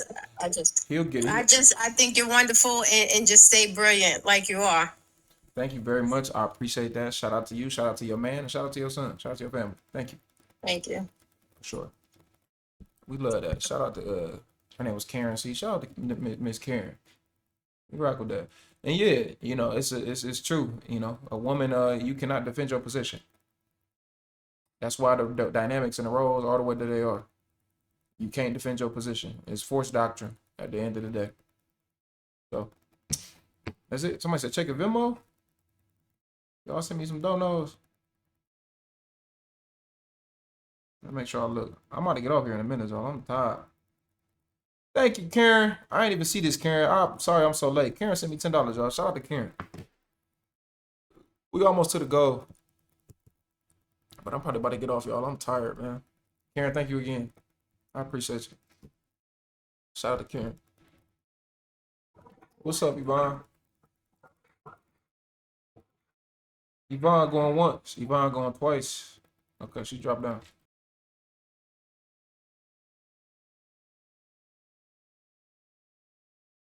Trying to bring that person up. It ain't working. All right. You break up with her. Oh, why I break up with her? Oh, because it was a lot of things. I say like the main thing is just like immaturity, jealousy, things of that nature. Just be specific though, bro. Like you gotta be specific. What did she do? What was the reason? Because immaturity and you gotta go deeper. What was the actual reason, or was a recurring reason that just kept coming up that you? Yeah. Okay, so it's just reoccurring reasons. Like for example, like I'm an influencer, so like I network. I'm in Atlanta, and just she didn't like me being like a real like social person, or just really just talking to other women when it wasn't even like that with other people, or just for example like just like anything small, like I'll have like old homegirls or whatever that I knew from like kindergarten, and just like a lot of overthinking. It's just a lot of like overthinking, misjudging stuff like that. If that makes sense. Okay, like it's just. I'm gonna get to 2 points. The first point is A woman being a woman being basically a hindrance on your success when you're trying to make it out here is one of the worst women to have next to you. And that's almost bad as dealing with a woman that's not respecting you and cheating on you, I should say. Because a woman is supposed to be a helpmate, so she's supposed to add value into your life. Meaning that woman is supposed to be, if that's your hustle, if she's already accepted who she's dealing with, then she should be adding onto your hustle. She shouldn't be taken away from it. But the second thing is, why do you have homegirls? How old are you? I'm 25. Well, I turned 26. Why are you a hetero? I'm assuming you're a heterosexual male. Why are you a heterosexual male with homegirls? There's nothing of value. Hold on, let me just say this real quick. There's nothing of value that a woman can bring you that is not your lady, outside of y'all maybe doing some business together and y'all are working. But when you say homegirls, that's not a business partner no more. That's somebody that you actively, that's a friend, like somebody that you want to see, y'all talk, y'all text and have meaningless conversations. So what is the reason why you as a heterosexual male, 25 years old, why do you have homegirls? Well, I say based off of a business perspective, like I had homegirls who did content, and back then I recently launched my hair care business. So I was hitting up different people to like, promote it, give me reviews. But that's not a homegirl. That's somebody that you making trying to get some money. That's a business relationship. When you call them a homegirl, that's a different thing. That's what you call somebody that you are like friends with, and y'all have a deeper connection past the business realm. Okay, yeah. Well, I didn't. Since you put it that way, I really didn't have any homegirls like that. So do you have female friends or do you not have female friends? Because when you were speaking initially, you made it was two different distinctions. You made a specific distinction on girls that I was having business with, and then you said homegirls that I knew since I was like in 5th grade or whatever you said. That means that those are two separate relationships. So one of them sounded like a female friend, the other one sounded like people that you was working with. Yeah, you're right. I'd say majority of the base was people that I was working with, and I'd say the one specific time was a female friend that I had way back in kindergarten that I don't even talk to like that. Okay, well, so, I'm gonna tell you this. There's no reason why you should have a female friend. Ever. There's no reason why you should have a female friend. There's nothing of value that a female friend is gonna add to your life. The only woman that you should have that's next to you is a woman that you making money with. Y'all working, y'all hustling. That's different. And it should be a business relationship only because you never mix money with. And then the second thing is, it should be your lady. Because that woman is attached to you, and that's the woman that you eventually gonna want to be the mother of your children, maybe your wife, all these other things. So it's a different relationship. But outside of that, you shouldn't have any female friends. So a woman taking issue with you having female friends is a valid reason to take issue. I tell women, if you come across a man with a female friend, dead him immediately. Don't deal with him. Because to me, I think it's a major weak move. It's a weak, soft, simpy, single mother household raised move that a lot of men, younger dudes, unfortunately, they follow. So I can understand if she had an issue with you having female friends, but her having issues with you having business relationships with women, I mean, I could see if it was like, I could see if you didn't communicate, because I don't think there's anything wrong with letting your lady know, like, look, this is what I do. I gotta get this money. That's different. But if she was just basically bringing it down and she was just jealous just because it's just so happened to be a woman, you can't be around a woman like that. It's only gonna bring you down. Yeah, because I'm not gonna lie, it did get to a point where like the cycles just kept continuing, and it kind of like weighed me down to where it's like I kind of felt like, oh, I can't, connect with so and so or pursue this type of business adventure because I don't want them to feel some type of ways. Like kind of like walking on eggshells. I don't know if you ever felt like that with specific somebody, but it's like trying to walk on eggshells. But the type of person I am, I give grace. So I try to like. Give people grace and like patience. So I try to like work with them and try to like, look, this is what I do. You got to work on it. But it just got to the point where I couldn't do it no more. Like became heavy on my end. How long have you and this woman been away from each other? I initially split up with her like last February. Oh, hell no. Once a woman gets some dick after you, bro, it's over with. There's no coming back from that. It's over with. Wait, you would say that again? Once a woman gets some after you, it's over with. There's nothing else that you can go back to. Once a woman has sex with another man after you, there's no reason why you should be going back to take her seriously. It's a dead relationship. Everything after that is. I don't think she's seen anybody since like we've. Of course you don't. Yeah, and that's what's wrong with a lot of younger men. Y'all can't accept the reality. Of course you don't think so. She has, bro. And I think that's the tough part that you do, is because you think you're smarter than women. You're not smarter than a woman from that perspective. You're not. You're not. You just not. When I was 21, 22, I thought the same way. And it's not to dish you. It's not to little boy you. It's really just to give you the game. Like, you can't. You're not. Women know how to play the fiddle to men that don't understand that they're playing the fiddle. So she's gonna make you believe that she ain't never been with nobody. You think a woman? You said last February, so it's June now. So that was so this year last February or last year last February. Last year, last Oh, February. you crazy? But- Oh, you crazy as hell. Wait, hold on. But the thing is, listen, we broke up, but we would still fuck with each other throughout that time. But towards the end, like last year, that's when we really started like, you know what are we really doing? Yeah, We might just like this each My other. God, my God. Respectfully, you crazy as hell. Respect, you crazy as hell. Because I decided to keep lingering with it. No. You crazy as hell to think that woman haven't been dealing with no other man from February up until June of 2026. You crazy as hell to believe that. February of 2025 to 2026, you crazy. Well, I'm saying in the sense because, like I said, we were still fucking with each other, and throughout that whole time, she was still waiting for me to reconcile the relationship, saying like, okay, what are we gonna do? Sure, Like, maybe she was. Maybe she was. I will put my life on the line that you ain't the only dude that she been messing with since February. I will bet. I will bet my life on it. You're not the only man that she's seen or talked to or messed with, bro. I ain't saying she a hoe. I'm not saying she 5, 6 different 7 dudes, but I will bet my life on the fact that you are not the only dude that this woman has been with for a whole year plus. That woman is how old? She's 22 now. She's 22. She's right at her prime. She's getting right into the peak of her prime in the dating market. And I'm assuming she ain't no unattractive woman. I'm assuming she's probably at least above average, right? Yeah. Come on, man. Come on, man.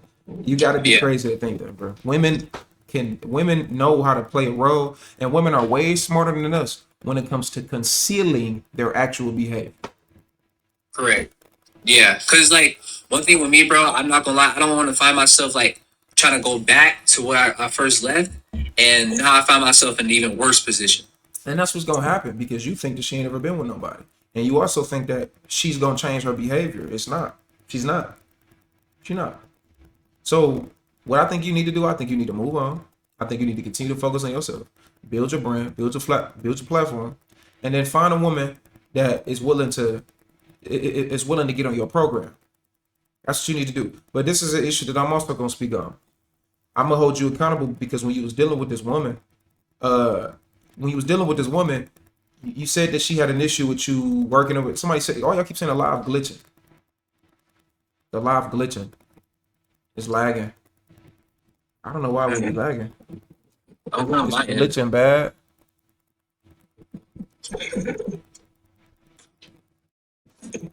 All right, it's still doing it. I turned my Wi-Fi off, so I'm on LTE. It's still doing it. Everybody keeps saying it's glitching. It's good on my end. I just turned the Wi-Fi off. I don't understand why it's doing that.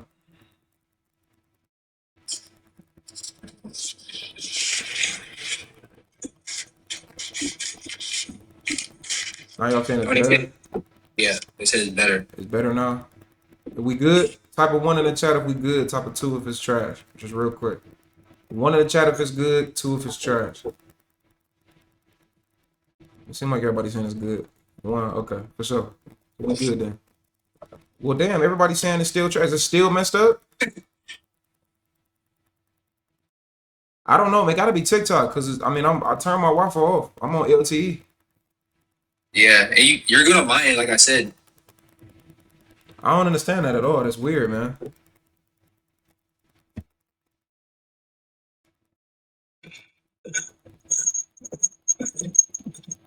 That's weird, bro. I don't understand why I was doing that. It's good now. It's on and off. All right. I don't know, man. It's weird. But I gotta bring this point too, because you said that, she took issue with you having these female, work relationships, but you got to get a woman in your program. So you got to let a woman know up front, like, this is something that I'm going to be doing. And she got to be willing to accept that up front. And you got to let her know exactly what it's going to be up front. So she can't be surprised by it in the end. You know, you gotta let her know what's going on up front. You just got to. Right.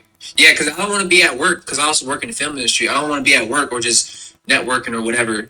And like, you know, like I said, walking on eggshells, bro, it doesn't feel good, you know? And I try to like force the change, but you can't really change nobody unless they You gotta do let her work. know what's going on up front. And you gotta let her know this is what it is. And she either gonna get with it or she can get lost. That's simple. Have you ever dealt with something like that? By you walking on eggshells? No. Not walking on eggshells with what I'm doing, no.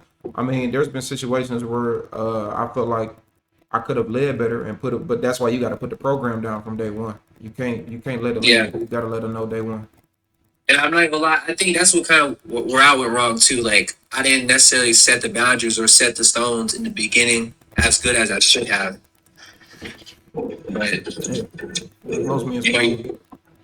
yeah, you live and you learn, bro. But I appreciate you. And also, and bro, if anything, real quick, she should be walking on eggshells, not you. You the man. What the hell you walking on eggshells for? True. But go ahead. True. And I was just saying, bro. If you ever need any like thumbnail work, bro, I'm a graphic designer too, dog. I can send you my resume through your email, whatever you want. I don't need thumbnail work, but I do need an editor to blurt out cuss words. So if you know how to do that, hit me up in my email. Okay, for sure, for sure. Yeah. I appreciate it, Ant. Yeah, for sure. My email is realantceo@gmail.com. realantceo@gmail.com. Appreciate you coming up. Okay, bet. That's easy to remember. Appreciate it. For sure. Maybe it was him. I don't know. What's going on? Yo, sorry, you can hear me? Yeah, what's going on? I just had like 2 quick questions because you got one dude and I'm about to be a junior at college, and you were saying like something about locking in with like someone younger than you. I didn't get the whole picture. I was kind of working and whatnot, but like, what was your spill basically? Yeah, so I said you know, if you a man in college, if you a young man in college, the best time your background is moving. It's just too much noise in the background. I gotta mute you. But the best time to date in college is not your freshman or your sophomore year, and the reason why is because you want the most leverage that you can have as a man to be the best leader that you can be.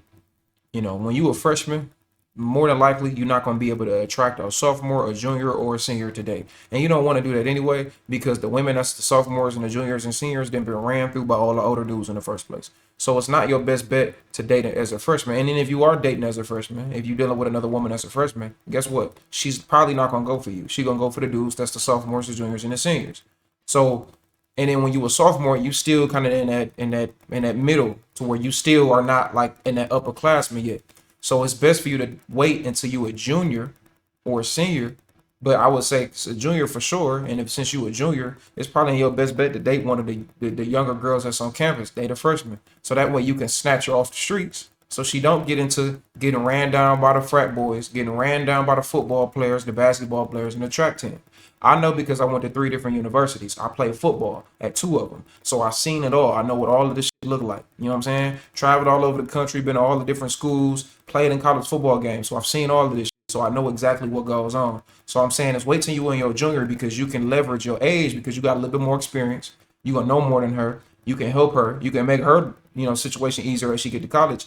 And she's less likely to be like, oh, you're too young. Or she's less likely to be, just in awe about the older guys that's trying to talk to her. It's probably best for you to wait till until you a junior and deal with a freshman and lock in with her and treat her right if you get a good one. Treat her right. Don't cheat on her. Don't lie to her. Treat her right. Right. That's valid. That makes sense because that was what you speaking on is facts. I'm not gonna lie. There's anybody here who in college, bro. Look, don't matter what college you go to, bro. As soon as you touch down, like it's like it's over for whatever girl you're looking at. That's that right. First 2 weeks freshman year. Yeah, I ain't gonna lie, bro. I done heard and seen so many things, bro. I don't even think I can lock in with nobody that's like. I seen it all, bro. I seen it all. It's really bad, but I appreciate you, bro. I was just trying to get like it was like cutting out because you sound like a robot earlier. So I appreciate you, brother. For sure. I appreciate you coming up. Sure. Yeah, I mean a lot of people don't understand that mentality, but the reason why I'm saying it is because I've seen this shit in real time. I don't think people realize when you own a college campus how bad it is and how easy them girls be going, man. A lot of what I know came from the experience that I had in college. Like, people that never been on a big time college campus or like a big college campus, you really don't understand how easy them girls are. Y'all really don't get it. Like they really don't. Women don't even get it because they don't even see it like that. When I tell y'all, I lived in a football house my sophomore year when I was in school in West Virginia. I lived in a football house. Football house, if you went to college, you know, you got the football house, the basketball house, the baseball house. And it's basically just like some of the known popular football players or basketball players or baseball players, the main sports on campus, they live in this house. So it was me and 5 other people that was in this house. And we was pretty known football players. I was on campus, and so we called it, it's called a football house. And when I tell y'all, like, the shit that I saw, I didn't even get it as a freshman. I moved into this house. You know what I'm saying? I was cool with these dudes. Man, it was my sophomore year, the spring of my sophomore year. No, it was the fall of my sophomore year. When I tell y'all, this girl that was with her boyfriend since they was like in fucking middle school. Her boyfriend was not an athlete. He wasn't tall. He wasn't no big dude. He was none of that. He was 5'8", 170 pounds soaking wet. She been with this dude since they was in fucking middle school. When I tell y'all, my roommate was clapping her fucking cheeks. I'm talking about dogging her. He one of them big, dark-skinned, 6'3", solid outside linebacker, big Florida niggas. Big grunting nigga and shit. He was one of them. I'm talking about dogging her cheeks out. She a little 18-year-old freshman. This nigga like 21. Dogging her shit in the room. And we had like a little, not a party, but we had like a little get together. I'm talking about in the room. And you know, me and my other team, and we joking and laughing because we didn't know who it was. But we had people at the house. It was maybe 15, 20 people at the house. And they was having a party next door at the baseball house. But the football house was right next to the baseball house. And them white boys was getting it in too. The baseball team in my school, them little white boys, they had all them white girls. So they had a party next door. He didn't know that girl was at the house.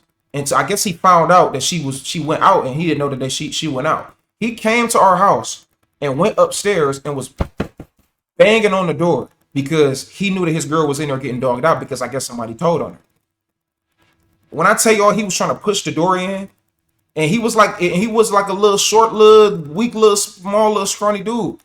And it's like he couldn't do nothing, man. We looking at we laughing, and then we didn't even notice that was his girl. But he opened the door. I'm like, "Hey, you tripping? Like, you good?" Like, "No, man, my girl's in there. My girl's in there."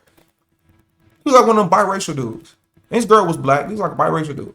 And I felt bad for him, man, because like he was trying to open the door, and the dude was pushing the door back. And he finally like opened the door, and he saw her, and he just started screaming and cussing her out, and then he ended up leaving. And I'm like, damn, I can't imagine that pain that he probably felt. His girl I'm talking about, they was on each other's pages. They was like one of them real couples, like one of them. And that really opened my eyes. That was my sophomore year. I mean, I seen a lot as a freshman. My sophomore year, I'm like, damn. She like forego this entire relationship that she had with this dude. And he was one of those good dudes, for real. He was one of those good dudes, like the ones that's like, I love my girlfriend. My girlfriend is amazing. He was one of them type of dudes. Biracial dude, white mama, one of those guys. And I was just looking like, damn, she forego her entire relationship to get clapped out by this nigga. And I know this nigga don't give a fuck about this bitch. He hitting and getting her the fuck on. But because he's 6'3", because he's a known star football player on the team, because her boyfriend is a little scrawny, little like math whiz, like he's nowhere in comparison to her. His girlfriend was decent looking, but he was in nowhere in comparison to this other dude that ran down on this girl. And he ended up, what are he gonna do? He can't beat his ass. You can't fight him. What you supposed to do? You a 5'7", 175-pound regular student, and your girl getting clapped out by a 6'3" dark-skinned nigga from Florida. What you supposed to do? Nothing. You can't do nothing. You gotta just take it on the chin and leave. And that's what he ended up doing. And every time I seen this nigga just like, it was just like his face was white. Even when he seen her, his face was white. And he was already biracial, but the nigga's face was pure white when he seen that shit. And I can only imagine the pain he was going through inside. And that shit really opened my eyes up to how ruthless women can be. Like really how ruthless. And the bitch stayed. She didn't even leave. She stayed and he continued to hit. And then she left like 15 minutes later. And they ended up breaking up, and she ended up getting fucked by like 4 or 5 other dudes that was on campus that I knew about. 2 other niggas on the football team, and like 2 of the basketball players. So obviously it's not every single woman, but it really opened my eyes to how ruthless women can be. When they have a better option, a lot of times they gonna take it. She destroyed her entire relationship to get one night from this nigga she was talking to. This was in the fall. She was a freshman. This was during football season. Anybody that know about college, football season is the start of the fall. So football players, we had a little advantage when it came to the women because we was the first one that had dibs on the women, and we got the most attention because all of the new girls and the transfers, they come into the school, and that's the start of the season. You know, the first or the second week is the first game of the season. We like 3 weeks into school. She already getting dug out. We like 3 weeks in the start of her freshman year in college, and she already getting dug out by a junior. And she threw away her entire relationship with her boyfriend. And they was going together. It wasn't like they got into it. No, they were in an open, open public relationship. Not open relationship, but they was in a public relationship. And it was just so fucked up to see. And I seen way more people get cheated on and shit like that. I gave y'all a story on my YouTube channel where, you know, I ended up doing something to somebody's girl. So even me, you know, it wasn't that same type of situation though, but it's on my YouTube channel. But I seen it all, man. I seen it all. So that really fucked up my mental when it came to like seeing how ruthless a lot of women can be. They don't give a fuck. A lot of them don't give a fuck. And there was no way he would have known that if the dude didn't tell him that, hey man, I seen your girl come in the house with this dude on the football team. That shit hurt my heart right now. I feel so bad for dude even to this day. I can't imagine seeing my girl pushing the door back, and then nigga 6'3" strong nigga. You can't push the door back, but he ended up opening the door and he saw his girl in there butt naked. Oh man. Oh, feel bad. Man. So I seen all this shit in college, man. I seen way more other shit than that. I seen way more deeper shit than that. And I was just like, wow. Damn. Hey man, shout out to Tabitha with the $100 donation. Can we get some love for Tabitha in the chat? That's another $100 donation from Tabitha, y'all. Y'all better show love to Tabitha in the chat. Tabitha keeping me on live. That's another $100 donation from Tabitha. Tabitha, I appreciate you. Thank y'all for rocking with the content, man. Thank y'all for what's going on. Oh, you kind of answer my question. I was going to ask you. If you're on a date with a woman and she asks you how much you make, that's a turn off. So a man ain't going to want to talk to her. But then if you ask the woman that she had kids, she going to get mad at you and not want to answer that question. So which is worse, a man not want to say how much he make or a woman not want to say that she had kids or not on the first date? So which one you think is the worst question to ask on the first date? Okay, Daryl, I appreciate you coming up, family.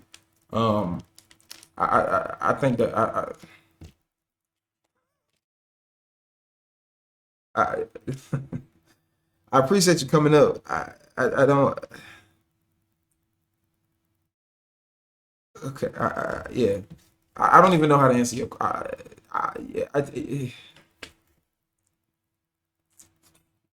Shout out to Daryl, man.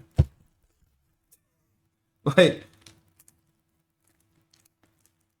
so I was chewing tobacco and I shot the tobacco out of a tin can 20 feet away and it made a noise like ka-ping. And then when I did that, I looked to the left and I saw a tumbleweed moving across the ground real fast. And I took my lasso and I tried to. I'm Daryl, I appreciate you coming up, but fam, I don't like. Come on, man. What are we doing? What are we doing, man?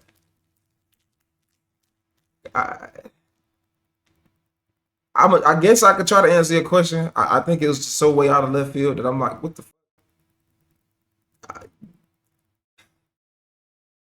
I think one of for number. Okay, I don't think either of those are the same. I think one of those is more of an invasion to personal privacy, as far as it's kind of like disrespectful, and I think the other one is more so just like a normal question, like how many children you have. I don't think that's the same.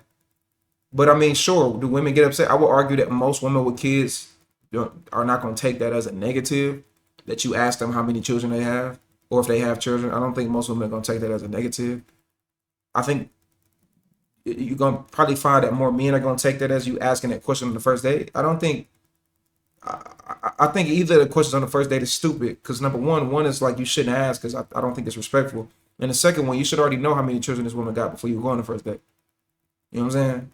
So, I don't know. But I appreciate you, Daryl. I appreciate you, but it's just way out of left field, fam. It had nothing to do with nothing.